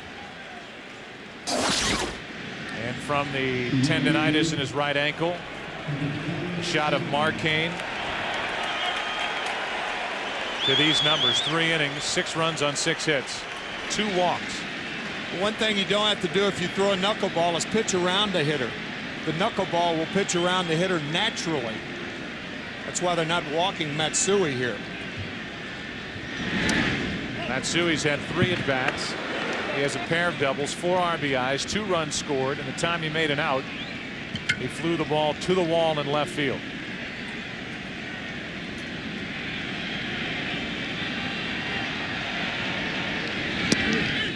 One ball, 1 strike.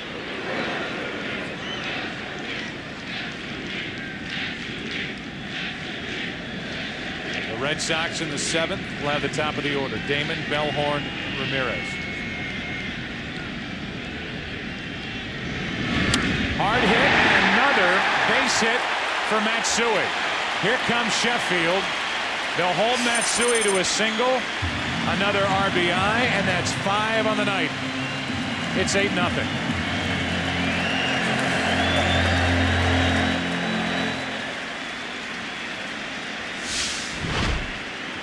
Godzilla strikes again in New York. They were a breaking ball, curveball.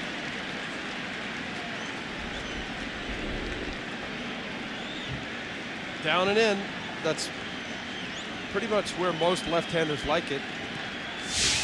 As much as Wakefield throws his knuckleball 60% of the time. Came down and in, curveball. Strike 1 to Bernie Williams.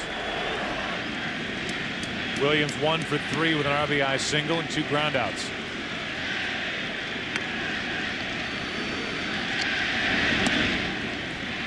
One and one.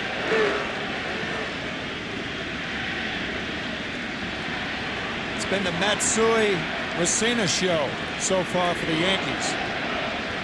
Tying an ALCS record with his 5th RBI tonight as Williams went around. Strike 2.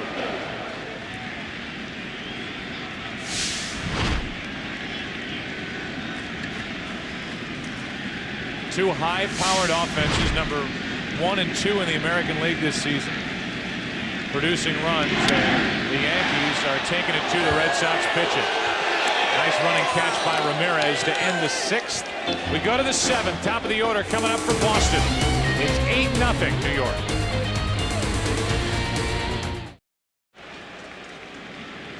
Mike Mussina back for the 7th inning, facing Johnny Damon, who has had 2 at-bats, 2 strikeouts. Strike 1. 7 strikeouts on the night for Mussina. The most productive offense in the American League has been completely shut down tonight by Mike Mussina.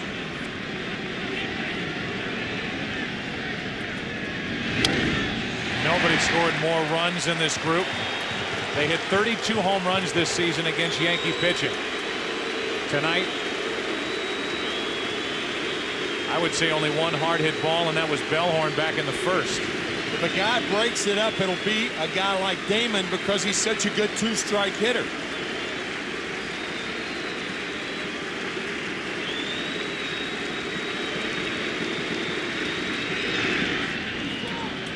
Well, that pitch has been nasty to left-handed hitters down and in, and he's had a lot of guys lunging.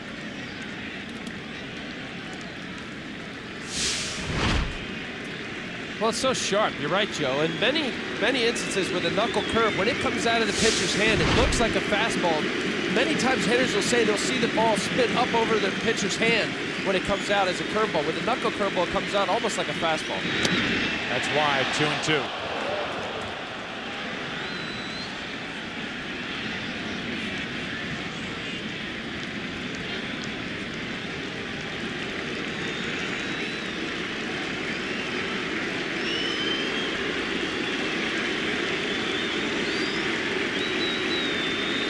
On 2-2. Damon strikes out. 8 strikeouts for Mussina. The knuckle curve out of the strike zone down gets Damon.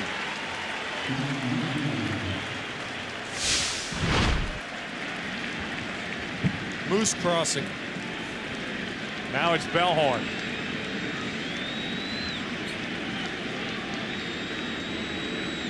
Top of the 7th inning, game 1. Yankees lead 8-0. Bellhorn, strike 1.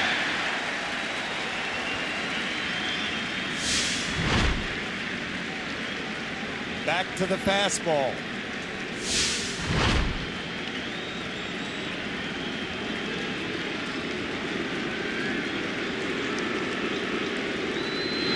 Strike 2.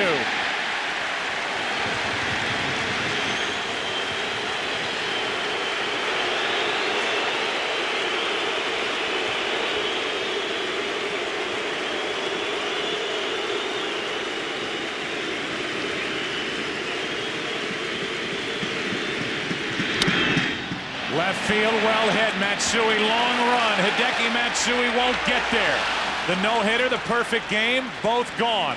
Off the base of the wall, off the bat of Bellhorn, and these Yankee fans will let Mussina hear it.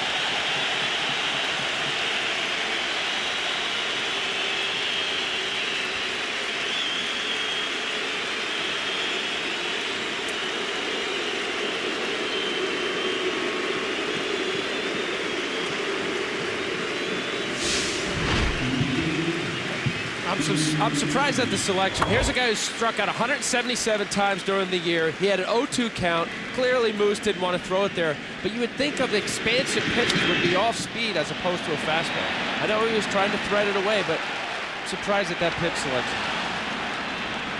It is about execution, and it was more outer half than off the plate, but as good as his knuckle curveball has been, I'm surprised at that selection.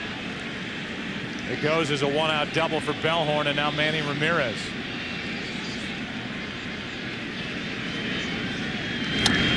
To the shortstop on 2 hops, Jeter. 2 out.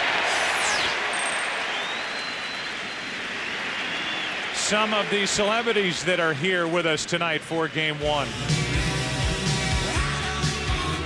Nicholson, Danza, Henry, Kraft, Billy Crystal, Tom Brokaw, Donald Trump.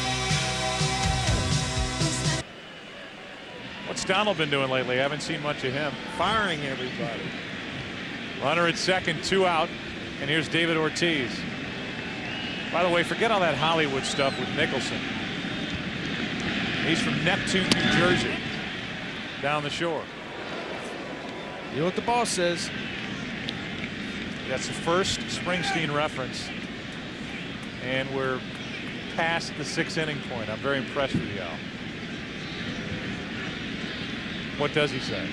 Down the shore, everything's all right. Me and my baby on a Saturday night. Runner at second, 2 out, 1 ball, no strikes. On Ortiz, out in front, 1-1. Asbury Park near Neptune. I don't know.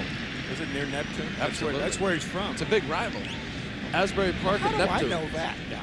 They're right next to each other. Talking to the king of Memphis over here. I'm from Memphis, man. Actually, Bruce Springsteen went to Freehold High School, and he makes a lot of references to Asbury Park. But he's really from Freehold, which is still a rival of Neptune. So says the man from Tom's River. Here's the 1-1. Ortiz into right field, a base hit. Bellhorn will hold up at third, down 8-0. You cannot run into an out at the plate. And 2 hits in this 7th inning for Boston. At least trying to get up off the mat and get something done here. Flex their muscles before the end of game 1. Yeah, to give them something to take into tomorrow. Brandon Arroyo against Pedro Martinez in game 2 tomorrow night. Did you know somebody at one point in your life named Brandon Arroyo? It's Bronson Arroyo. Oh, it's Bronson Arroyo, and he's not starting tomorrow night. No. So I was wrong on both counts. I was thinking of Neptune and Asbury Park. The whole New Jersey conversation got you really thrown out of whack. Got me flustered. It's Pedro. It will be John Lieber against Pedro tomorrow. There you go. Oh.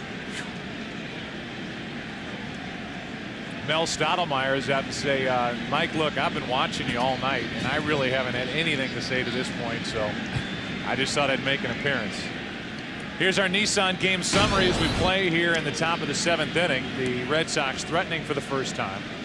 Schilling lasting only 3 innings. Mussina is into the 7th and still working. Matsui's had the big night with a bat. And at the bottom, the Yankees have lost 4 straight game 1s, but tonight lead 8-0 in the 7th. Here's Millar with 1st and 3rd, 2 out. Strike 1. A 1-out double by Bellhorn, a 2-out single by Ortiz.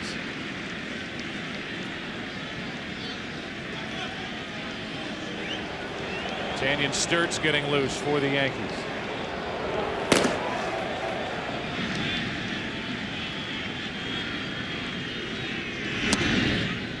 No matter the score, if you look at this series,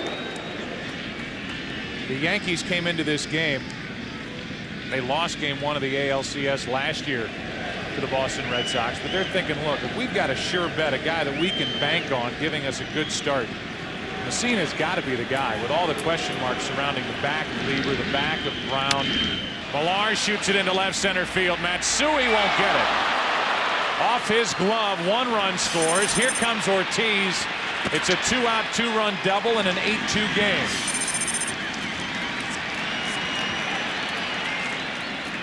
Matsui almost got there, and Millar puts the Red Sox on the board. Well, Matsui touching this ball allows Ortiz to score. Had the ball hit the wall and bounce back, he retrieves it fast enough to hold Ortiz to 3rd base, but because it hit his glove and was deflected toward left center field, Ortiz is waved around to score. But just to look ahead, you've got Lieber with a bad back. Although they say it's not going to be a factor. He's pitching in game 2 against Pedro Martinez. Then you've got Kevin Brown. As that pitch squirts away and Millar was on his toes, goes over to 3rd. And he's 90 feet away with 2 out. Kevin Brown with a broken left hand during the season. Clearly a cross up. Oh, there hasn't been too many people at second base, so maybe they use different signs, and Posada and Mussina have to get on the same page there, obviously. It's a pass ball, and the cross up goes in the category of pass ball on a pitch that is called a strike. Mussina got the strike on that pitch, even though it got away. How many times do you get a strike on a wild pitch or a pass ball? Rarely. The one that hits the catcher in the chest. Pleasant thought. Here's an 0-1. Nixon with a base hit into center field. It's 8-3.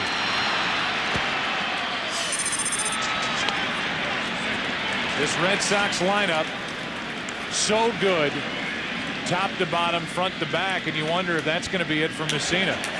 Veritek is digging in, and goodbye to Mike Mussina, who carried a perfect game into this 7th inning. With 1 swing of the bat, the guy at the plate, Veritek, could make this a 3-run game.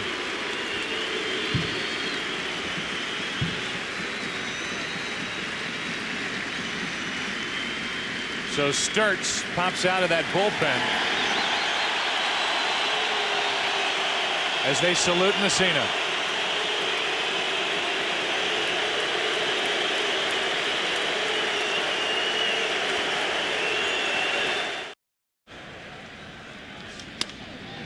First pitch from Sturtz to Veritek is fouled out of play off to the left. And with all of the focus being on Mike Mussina up to this point, the Red Sox have now chased him. They've put 3 on the board, and they have a guy at the plate that's more than capable of making this, with 1 swing, a 3-run game.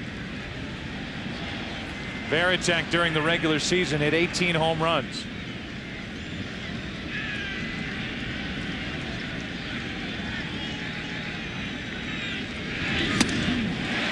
High heat, 95 miles per hour, 0-2. I'm surprised John Olerud's holding Veritek on. You can almost play him 10 feet behind Nixon with the quad problem Nixon has. He's not going anywhere. Veritek can pop one, hook one around Olerud. Veritek into right field. Back is Sheffield at the wall. Gone. 2-run home run Veritek, and it's 8-5 here in the 7th.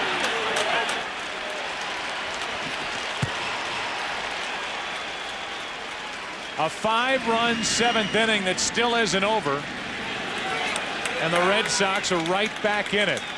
His first hit at Yankee Stadium this year.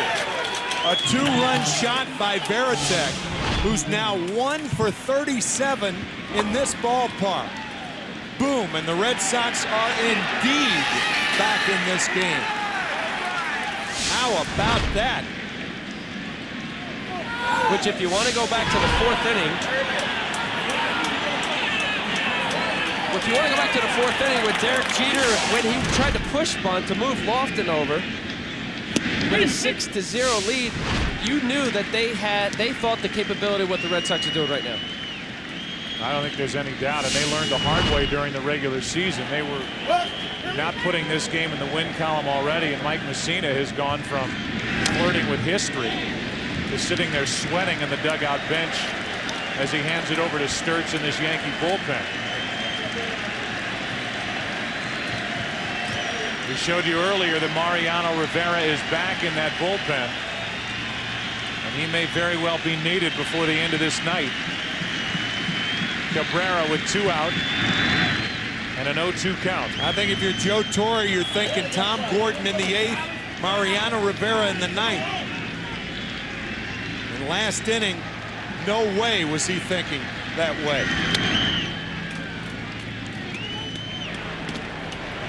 So Tanyan Sturtz comes in, gives up the inherited runner the night for Mussina. 6 2/3, 4 runs on only 4 hits. No walks, 8 strikeouts. He can only be the winner, but now it's up to the Yankee bullpen, and the Red Sox are doing exactly what they've done all year. They don't quit. They keep coming at you. And the top of the 7th inning is finally over, but not before the Red Sox officially climb back into this game. So as the fans stretch here at Yankee Stadium, we will have a performance of God Bless America from Daniel Rodriguez, who will perform here right behind home plate at Yankee Stadium. Your attention, please. Ladies and gentlemen, will you please rise? Now please direct your attention to the microphone behind home plate and welcome recording artist and American tenor Daniel Rodriguez. In honor of the servicemen and women stationed around the globe, Mr. Rodriguez will now sing God Bless America. God bless America, land that I love. Stand beside her and guide her through the night with a light from above. From the mountains to the prairies to the oceans wide will form. God bless America, my home, sweet home. From the mountains to the prairies to the oceans wide will form. God bless America, my home, sweet home. God bless America, our home, sweet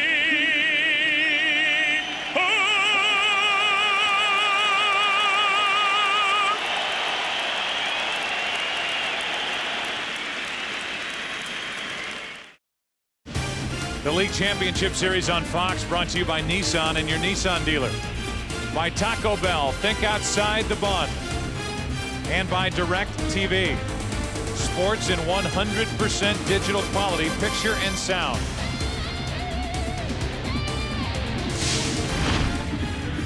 During the break,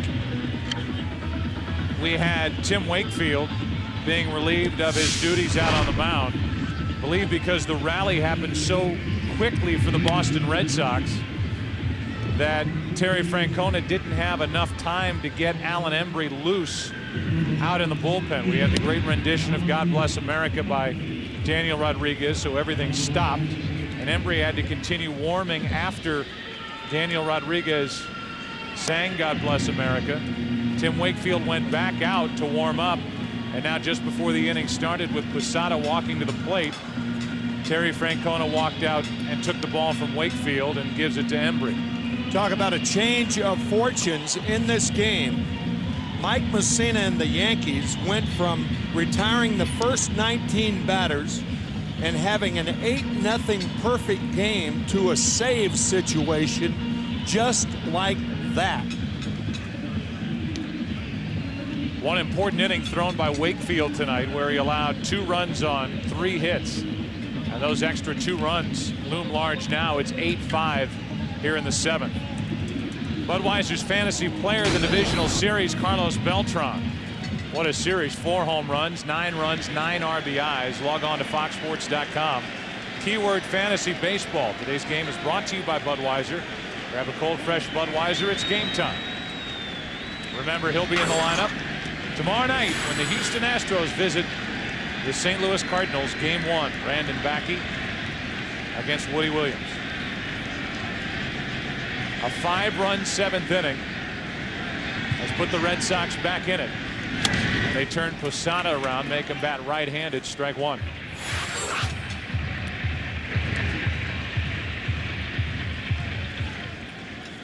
The Red Sox in the 8th will have Miller, Damon, and Bellhorn.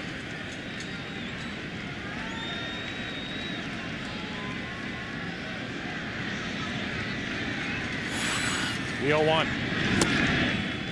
1 ball, 1 strike. With the addition of Keith Folk as the closer for the Boston Red Sox, the Red Sox like their bullpen better than they liked it a year ago in the LCS against the Yankees. Timlin was a part of it last year, and he'll be a big part of it this year. The 1-1 pitch. Strike 2.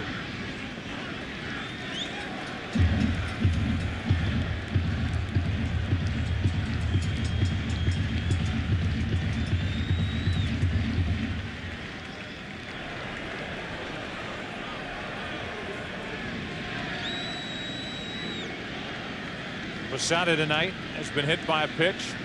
He's grounded out. He's hit a sac fly.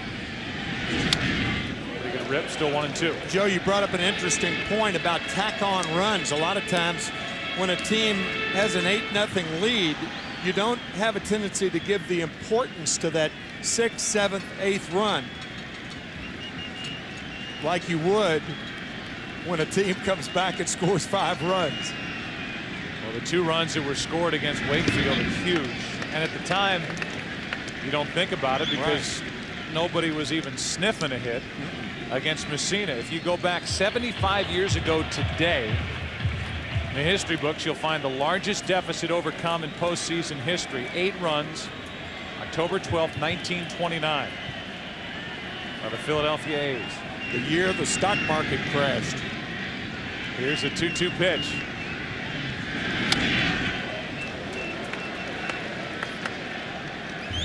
Embry is the 5th pitcher of the night for the Red Sox.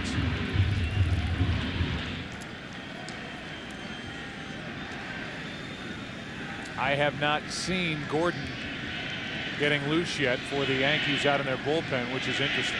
Yeah, I was a bit surprised at that myself. To the right side for Bellhorn. Stays down on it. 1 out. Well, you want to turn Posada around anytime you can get that chance. He has clearly more power from the right side, from the left side. And here with him being turned around, you got Olerud who they might have had to make a decision, and then you have Cairo at the bottom of the lineup with Lofton leading off as the #1 hitter. I think that's the reason why he's not up yet. So now here's Gordon at least going down, maybe start to get loose. As that pitch misses down and away. Allrood 1 for 2 with a walk and a single. Perhaps Gordon will start. Excuse me, Joe. Perhaps Joe Torre thinking about the emotional stability of Mariano Rivera and would like to see Sturts get through the 8th and then put Gordon in the save role and not use Rivera unless the game goes extra innings. Yeah, that's what I was thinking about when I said that, but now it's Gordon getting loose with an eye on Miller, Damon, and Bellhorn in the 8th.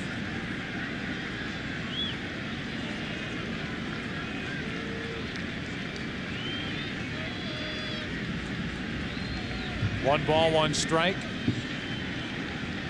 Allrood takes it wide. Let's go down to Kenny Albert. Well, Joe, Tanyan Sturts celebrating his 34th birthday today. He grew up in Worcester, Massachusetts, a huge Red Sox fan. He attended 10 straight opening days at Fenway Park. His dad, Ken, finally gave in yesterday, bought his first Yankee cap. It took this long. Sturts was an in-season addition to this Yankee team, and he pitched his way into a serious role in the postseason for Joe Torre. That's to left for Ramirez, who zigzags his way to it. Allrood is gone, 2 out. And Cairo will be the hitter. Gordon was a part of this rivalry from the other side. And he was a part of an LCS against the Yankees back in '99, a year after saving 46 games for the Red Sox.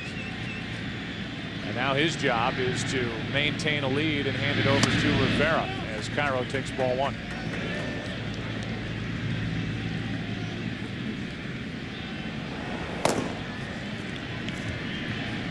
Rivera doing his usual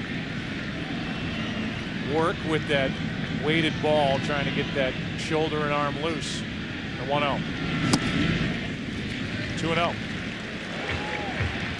Just so you know, in save situations against the Boston Red Sox this season, the Yankee bullpen has a 6.75 ERA with 5 blown saves. And Rivera's on that list. Miller got him at Fenway Park in July. 93-mile-an-hour fastball, 2-1.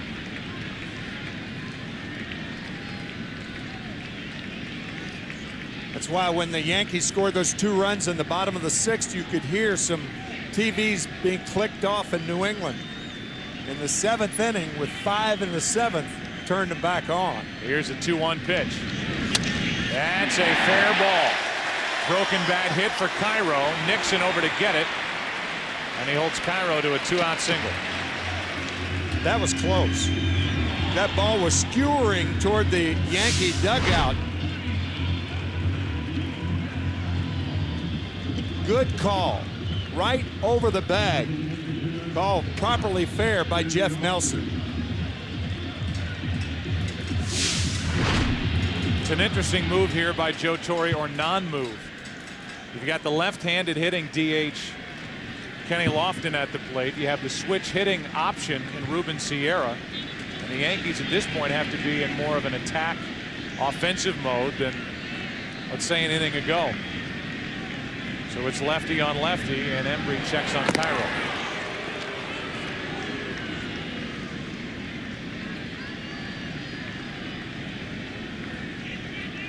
Lofton, a reason that the Yankees added to that 6-0 lead in the 6th with a leadoff home run down the line against the right-hander Wakefield.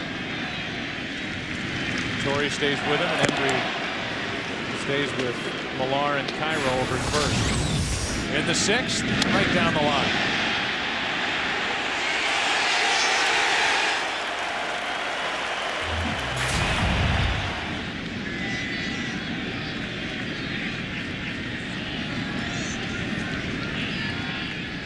Runner at first, 2 out, and ball 1 outside to Lofton.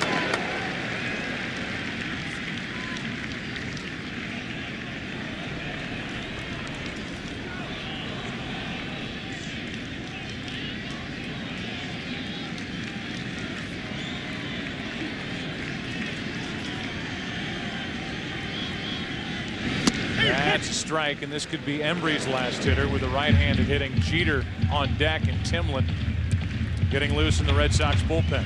Yeah, that was a slide step by Alan Embry. Miguel Cairo is not a fast base runner at first base, but he's a good base runner. Hit 11 steals during the season with 2 outs. Not a bad play if you're the Yankees to try to steal a base. And Lofton pops it up. Plenty of time for Ramirez to get there, and Embry pitches a scoreless 7th. Who's coming up for the Red Sox in the 8th inning? It'll be Miller, Damon, Bellhorn. Red Sox down by 3.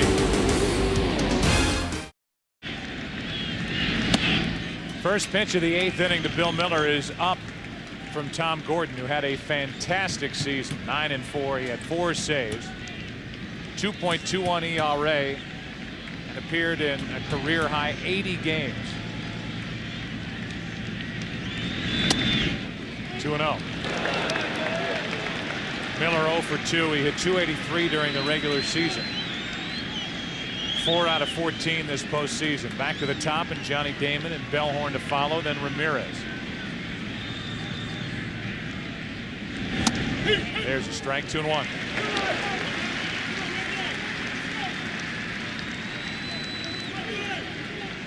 It was 8-0. Now it's 8-5.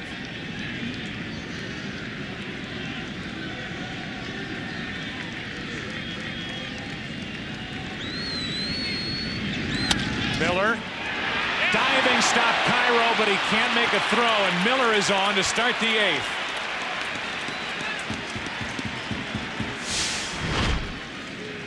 Fine stretch by Cairo. The ball came up on him, and in the process of trying to get the ball out of the glove, he dropped it. So Miller with an infield hit to lead off the 8th inning.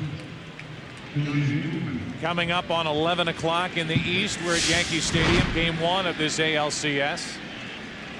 The Yankees jumped out to the big lead. The Red Sox got 5 runs in the 7th inning and a blink. Hideki Matsui has had a big night. 5 RBIs to tie an ALCS record. Mussina was perfect through 6 1/3, but he couldn't get through 7 as Damon takes a strike. Johnny struck out 3 times against Mussina, who struck out 8 for the night. Becomes very interesting if the Red Sox can get one more runner on of their next 2. Then you've got Ramirez and Ortiz coming up representing the tying run. And you have to start thinking about, if you're the Yankees and Joe Torre, extending Rivera for more than a 1-inning save, which would have been the furthest thing from your mind half an hour ago. My thoughts exactly.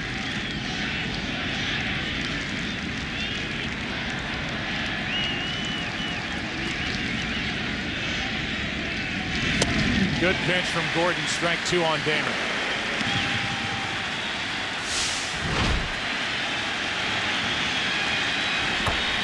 Good quick breaking ball from Gordon.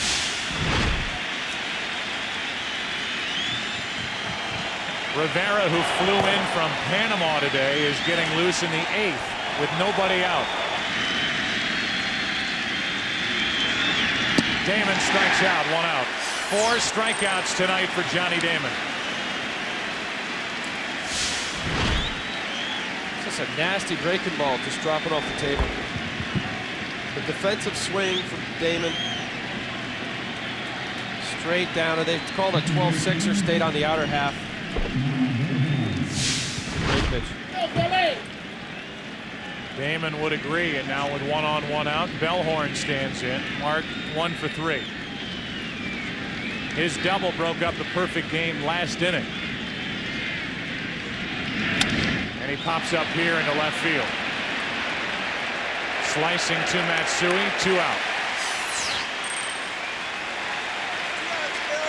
We talked about Rivera early, and he appeared when we hit the 3rd inning here, and that's right about when we expected Mariano Rivera to get to Yankee Stadium. He gets a hug from Alex Rodriguez, and then in the 5th inning he arrived out in the bullpen getting hugs from his teammates and coaches out there, and a huge ovation from this crowd at Yankee Stadium as he popped into that bullpen, and now he's loosening here in the 8th. Here is Manny Ramirez. Ball one. Manny has been quiet all night. He has not gotten the ball out of the infield. Remember, he has tremendous power the other way. And here at Yankee Stadium, a short porch in right field. Either way, in my mind, this should be Gordon's last hitter, one way or the other.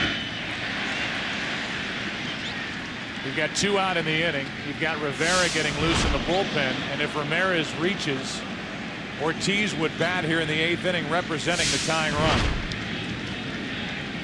You know Joe Torre wants Rivera on the mound in that situation. Yep.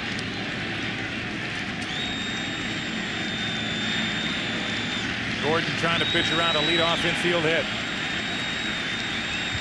One of the game's best, standing in his way. And a little flare into left center field. That's going to bring the tying run to the plate. Going first to third is Miller, and it's first and third for Ortiz.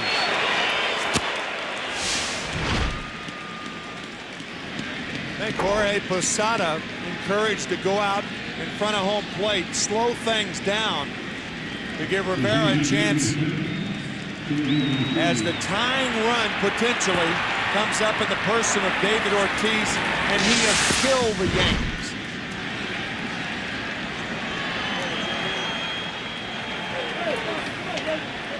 So Rivera getting loose, no sign of Joe Torre, and David Ortiz representing the tying run will bat here in the 8th inning. Well, this is a gutsy move by Joe Torre.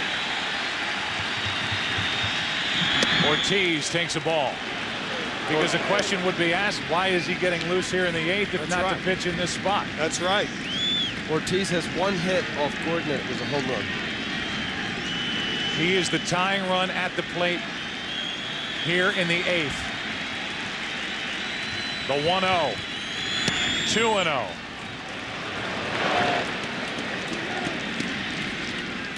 So Ortiz will be sitting on something. Millar waits on deck. Ortiz with great power the other way, as he proved on Friday when he clinched it for Boston. A 2-0 pitch. Big swing, 2-1. Here it is off Washburn.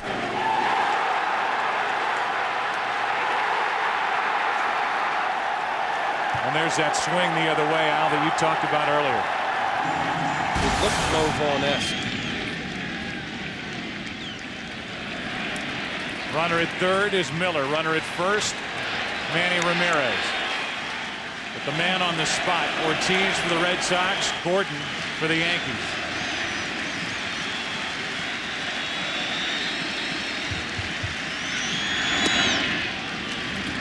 Three and one. You know, with the short porch and right, it's the correct pitch to come in on him. But I think in many instances for a pitcher, you realize that it doesn't take much to hit it out. And Gordon being a closer all those years, you really are careful about it, not wanting to miss inner half. Now it's 3-1. You're coming inside. You don't want it right there. Ortiz hits it in the air to left center field. Back at the track, at the wall. It's off the wall. 2 runs are going to score. Ortiz stopped running, but he's still going to make it to third, and it's a 1-run game. With Rivera standing and watching in the bullpen, Ortiz goes deep to left center off Gordon.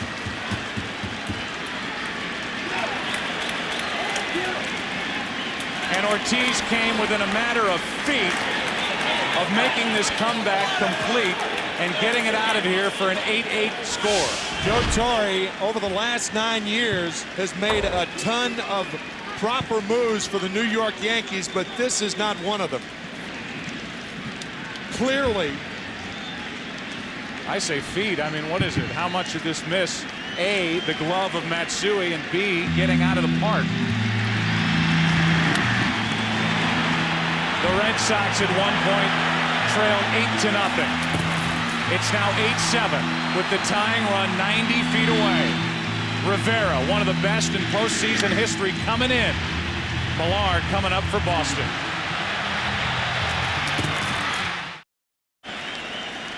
All any team wants. They trail early by 8-0 is a chance before the end of the night. This gives the Red Sox a chance. Off the glove of Matsui for a 2-run triple, and Millar could tie it with a hit. Tying run 90 feet away. It's 8-7. We're in the 8th of game 1.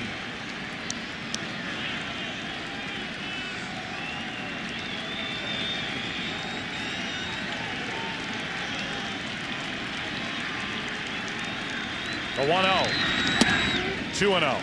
There would probably be a pinch runner for David Ortiz if there were none or one out. But with 2 out, you go on the theory that for the most part it's going to take a base hit to score him anyway. Since the start of 2002, Rivera has blown 5 saves against Boston. Millar missed it by plenty, 2-1. And if you go back to 2001, he's blown 7 in 22 chances, 14 in 170 to the rest of Major League Baseball. Trying to save it here. Tying run at third, 2 out, 8-7 in the 8th. Millar pops it up.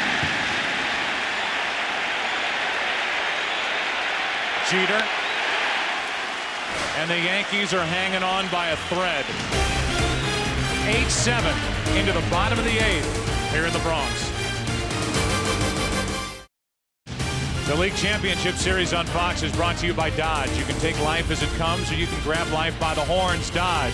By new Prestone. Trust Prestone for your own protection. And by Stanley. Make something great.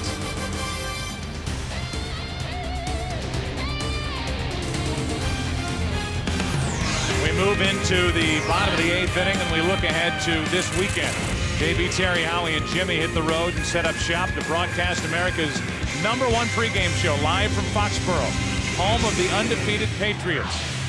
Jimmy will count down his 10 greatest teams of all time, plus Ty Law, those 10 yards with TB. We saw Bob Kraft, owner of the Patriots, winners of 19 straight. Fox NFL Sunday returns this week at noon Eastern, 9 a.m. Pacific here on Fox. Here is Mike Timlin, the 6th pitcher of the night for Boston, trying to keep it a 1-run game.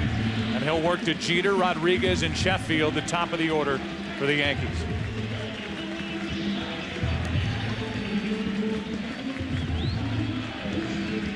The Red Sox looking ahead in the 9th inning will have Nixon, Veritek, Cabrera.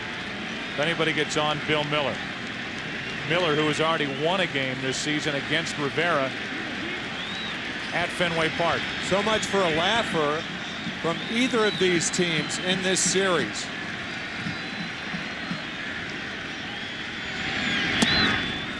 People will say, well, should it surprise you with these two teams and what happened last year? Tonight, with the way this game started, the way Mussina was pitching, clearly this is a shock. And the Boston Red Sox, to their credit, and this is to no one's surprise, didn't quit. They kept on coming. And here they are, 1 run down in the 8th as Jeter grounds to short. Cabrera backed up and gets his man, 1 out.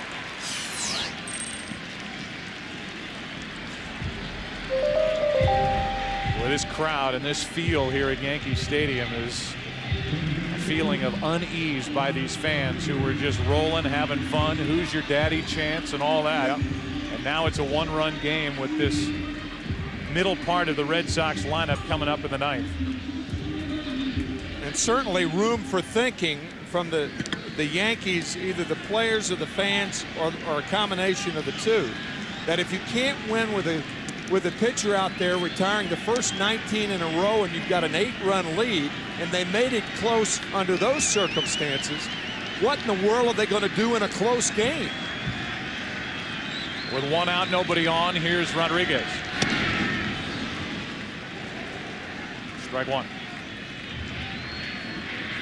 Again, looking ahead, you have Pedro Martinez and John Lieber in game 2. And then Bronson Arroyo against Kevin Brown, game 3. The Red Sox are 4-0 in games that Arroyo started this year against the Yankees. 0-1, 0-2.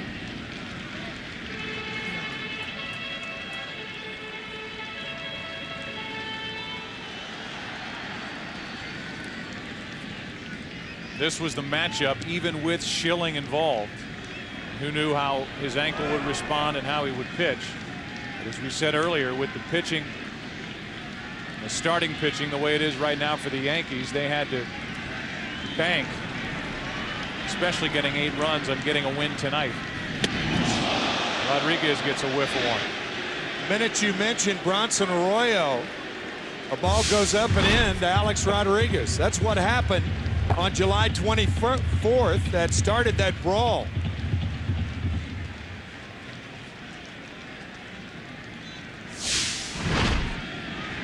On purpose or not, that gets the attention of Alex Rodriguez. Up and in, down and away, 2-2. So too, purpose pitch. Exactly. That was the purpose of it, to go up and in. Trying to drill that outside corner the next pitch, and Timlin missed. It's 2-2. Rodriguez hits a line drive, base hit to left. The ball is just jumping off his bat now.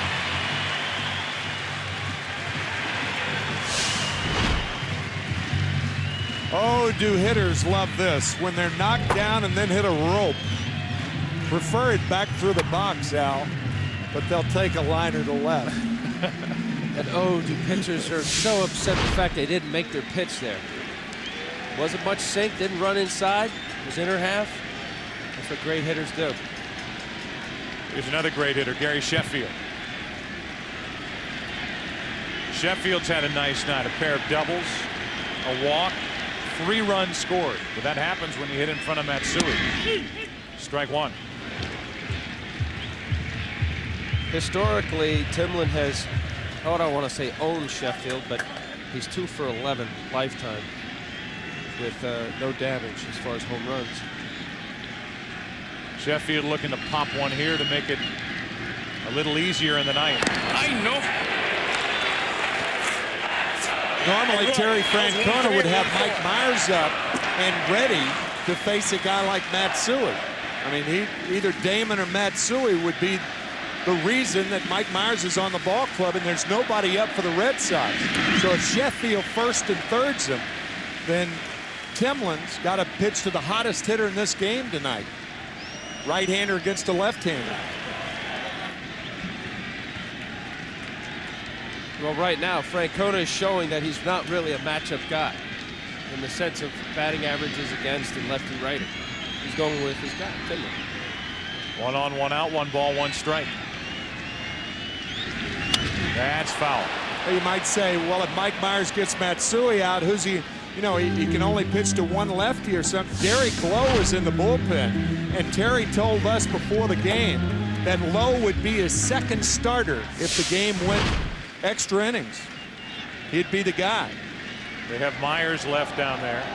Javier Vasquez is at least getting some throwing in, which at this point is all you can imagine him doing, just stretching out. The 1-2 is too far inside.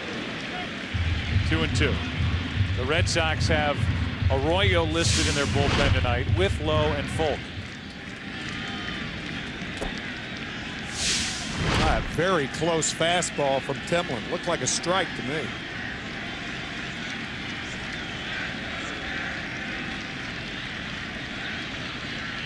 Sheffield on 2-2. Runner Rodriguez goes and Sheffield fouls it.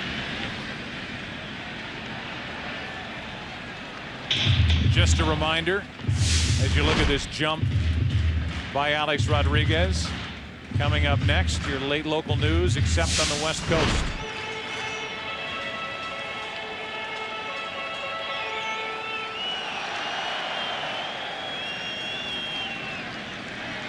So Mariano Rivera, who flew all day to get here, had to pitch in the 8th, now has to sit in the dugout and watch the 2-2. There's another hit for Sheffield. And it's 2 on with 1 out, and Matsui's coming up again.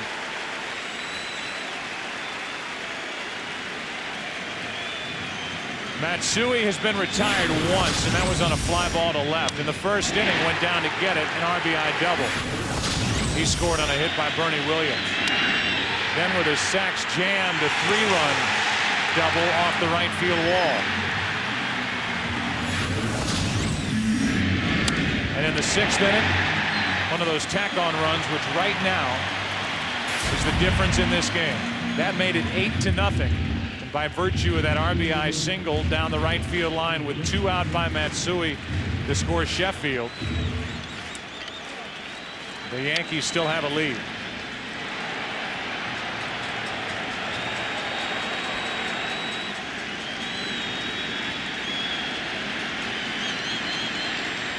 Two on, 1 out. Matsui.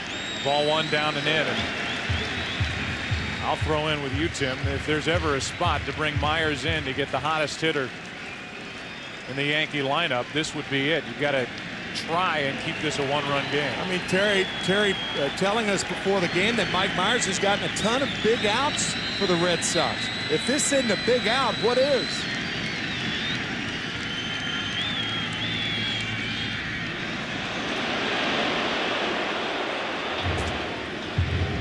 Keith Folk, the closer for the Red Sox, is getting loose now, but with Matsui at the plate, he could do the big damage. 2 on, 1 out, 8-7 New York in the 8th.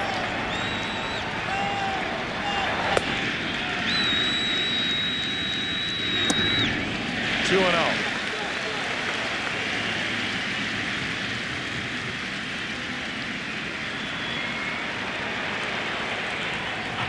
Back-to-back hits by Rodriguez and Sheffield. 2 balls, no strikes on Matsui. He could own a new ALCS record for RBIs in a game.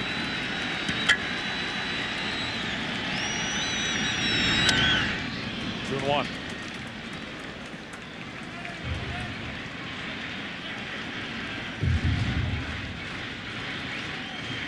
With Timlin's strength being a sinker ball pitcher, he's always 1 pitch away from getting out of it with a double play. Matsui led the American League in double play balls last year. He's learned to cope with that 2-seamer a little better this year. That's why his average has improved. Something he didn't see a lot in Japan.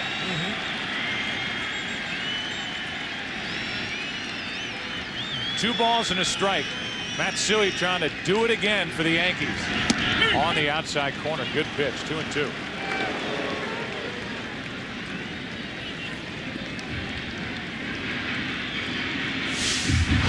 That was right there.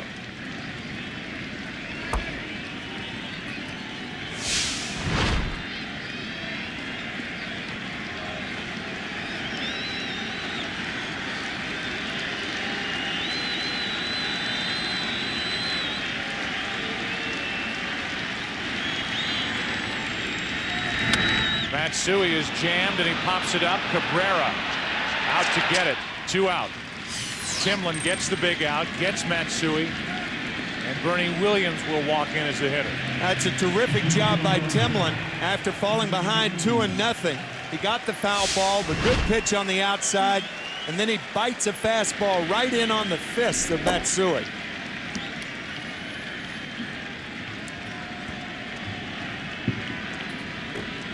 So Folk, who was getting ready in a hurry, and the count went to 2-0 on Matsui. And ease up a little bit out in the bullpen as Bernie Williams stands in with 2 on, 2 out.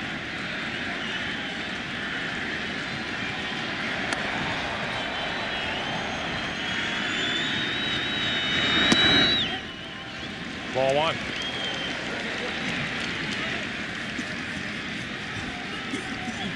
The numbers for Bernie Williams in his career against Timlin.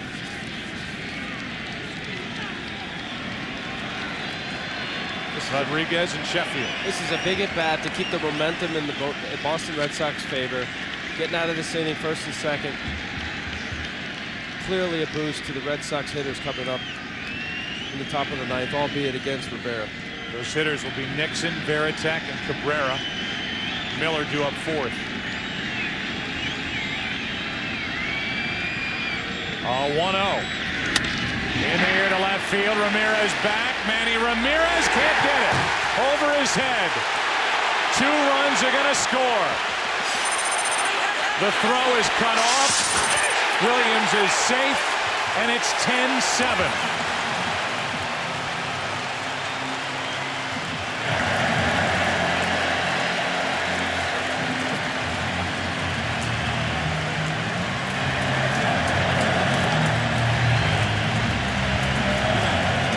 It's a 2-out, 2-run double.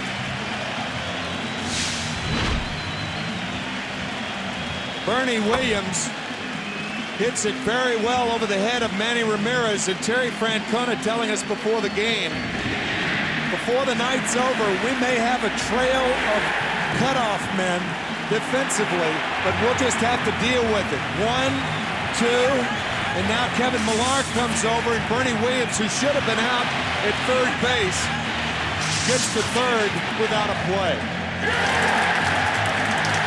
2 huge runs scoring for the Yankees to make it 10-7.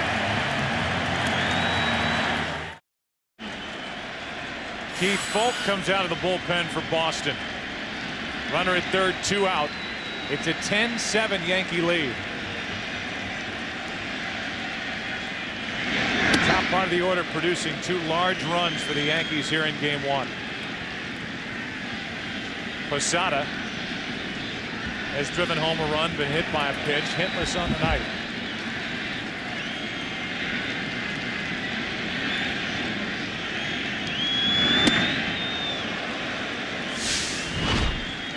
Go back to that play, Manny Ramirez.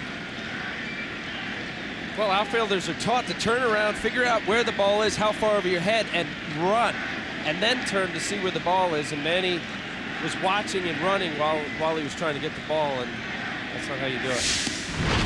There's a pitch that misses for ball 3, 3-0.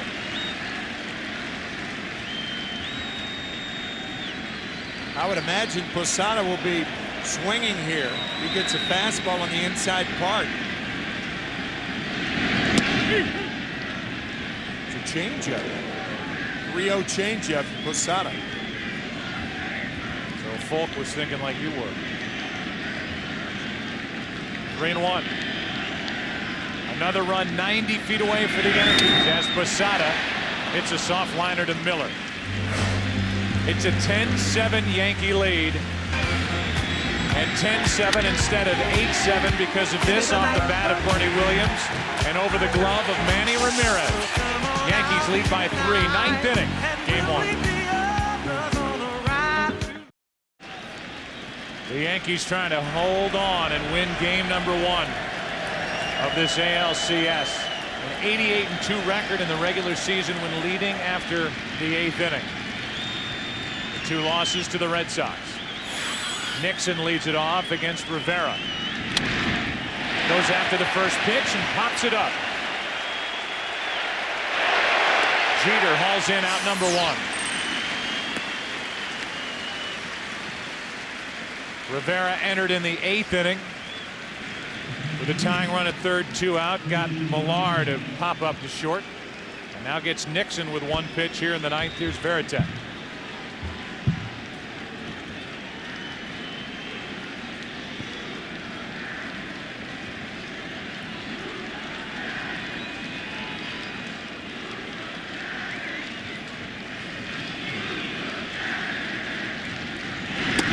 Veritek takes a ball.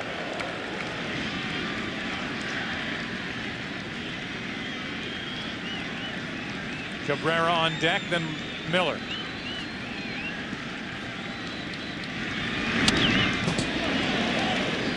Over toward the photographers, 1 ball, 1 strike. Veritek hit a 2-out, 2-run homer off Sturtz in the 7th. Made it a 3-run game. Then the 2-out, 2-run triple by Ortiz in the 8th made it a 1-run game until Bernie Williams came up with a huge 2-out, 2-run double. That's how they ruled it. As Veritek got a good rip, but he's in the hole 1 and 2. We talked about Mariano Rivera in the division series. I don't think baseball has ever seen a pitcher like this. A guy who could throw 1 pitch, 1 speed, both sides of the plate, late action, and be as successful as he's been. It defies the imagination and the odds. You talk to major league hitters, they can't center the ball. They know what's coming. They can hit it on the fat part of the bat. Still 1-2. They pop it up, they wade through it. He breaks more bats than any pitcher in the major leagues. He's remarkable.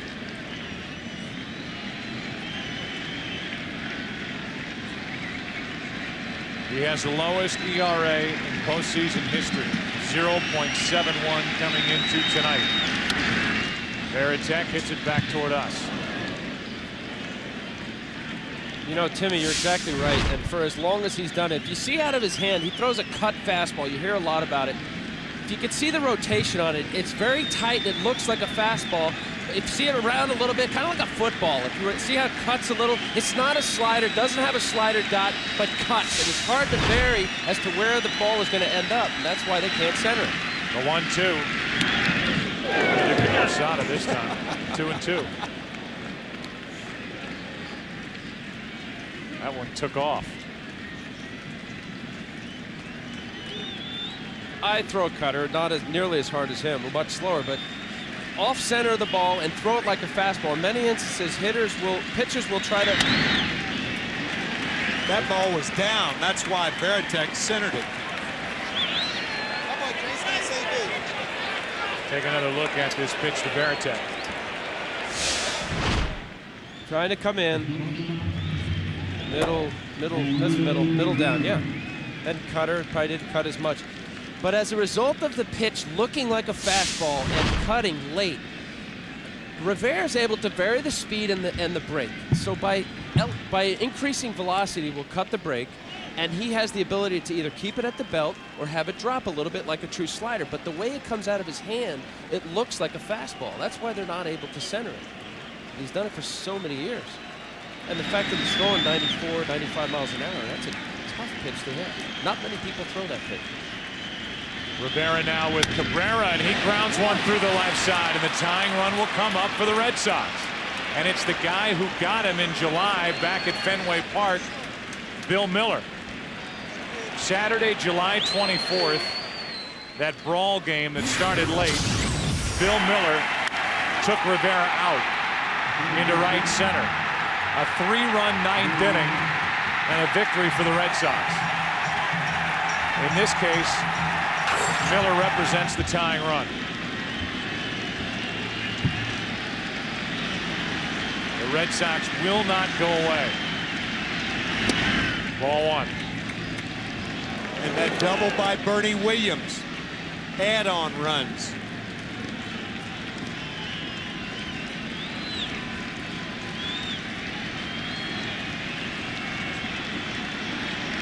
Runners on at first and second, one out.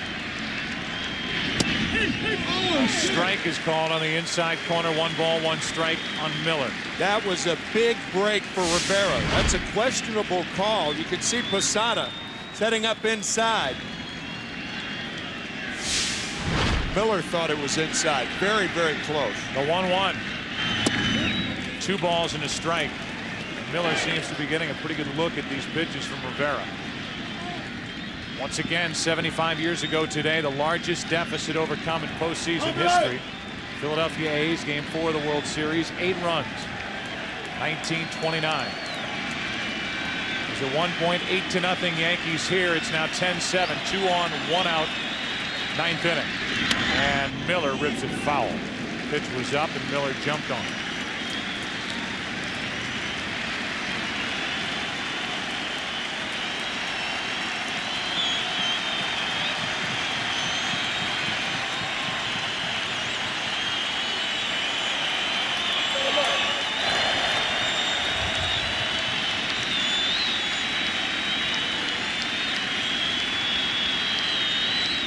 Miller grounds back to Rivera.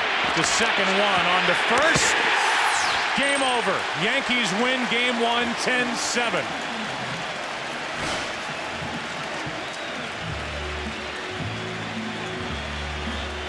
The 31st postseason save for Mariano Rivera, the end of his long day, which started in Panama. flying nearly 5 hours to get here, arrived in the 3rd inning. Who knew back in the 6th inning when the Yankees had made it 8-0 that they would call on Rivera for a 4-out save tonight. Ending it all by chewing up the bat of Bill Miller. And along with everything else, Rivera, an excellent fielder. A strike to Jeter, who completes a double play to end it. What a day for that man.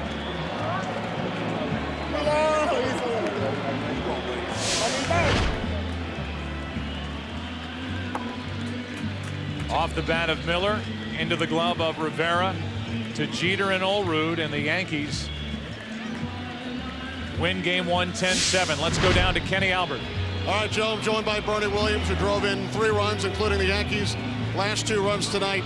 Bernie, you've been a part of 3 no-hitters. Mike Mussina retired the first 19. At what point did you start to think no-hitter?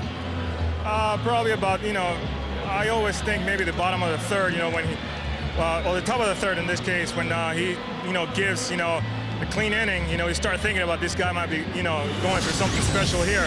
So you start tightening up a little bit on the defense and makes you more aware. Bernie, what was going through your mind when the Red Sox pulled to within 8-7? Well, I mean, it was a little bit surprising, but that team, they might be joking around all the time, but that team is no joke. They can come back with the best of them, and they have been playing like that the whole year.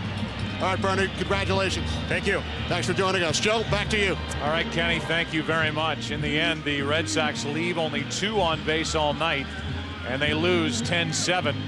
But they did not quit. They kept fighting, and we look ahead to tomorrow night. John Lieber, Pedro Martinez. For more information on tonight's game and for the latest information on Major League Baseball, go to foxsports.com.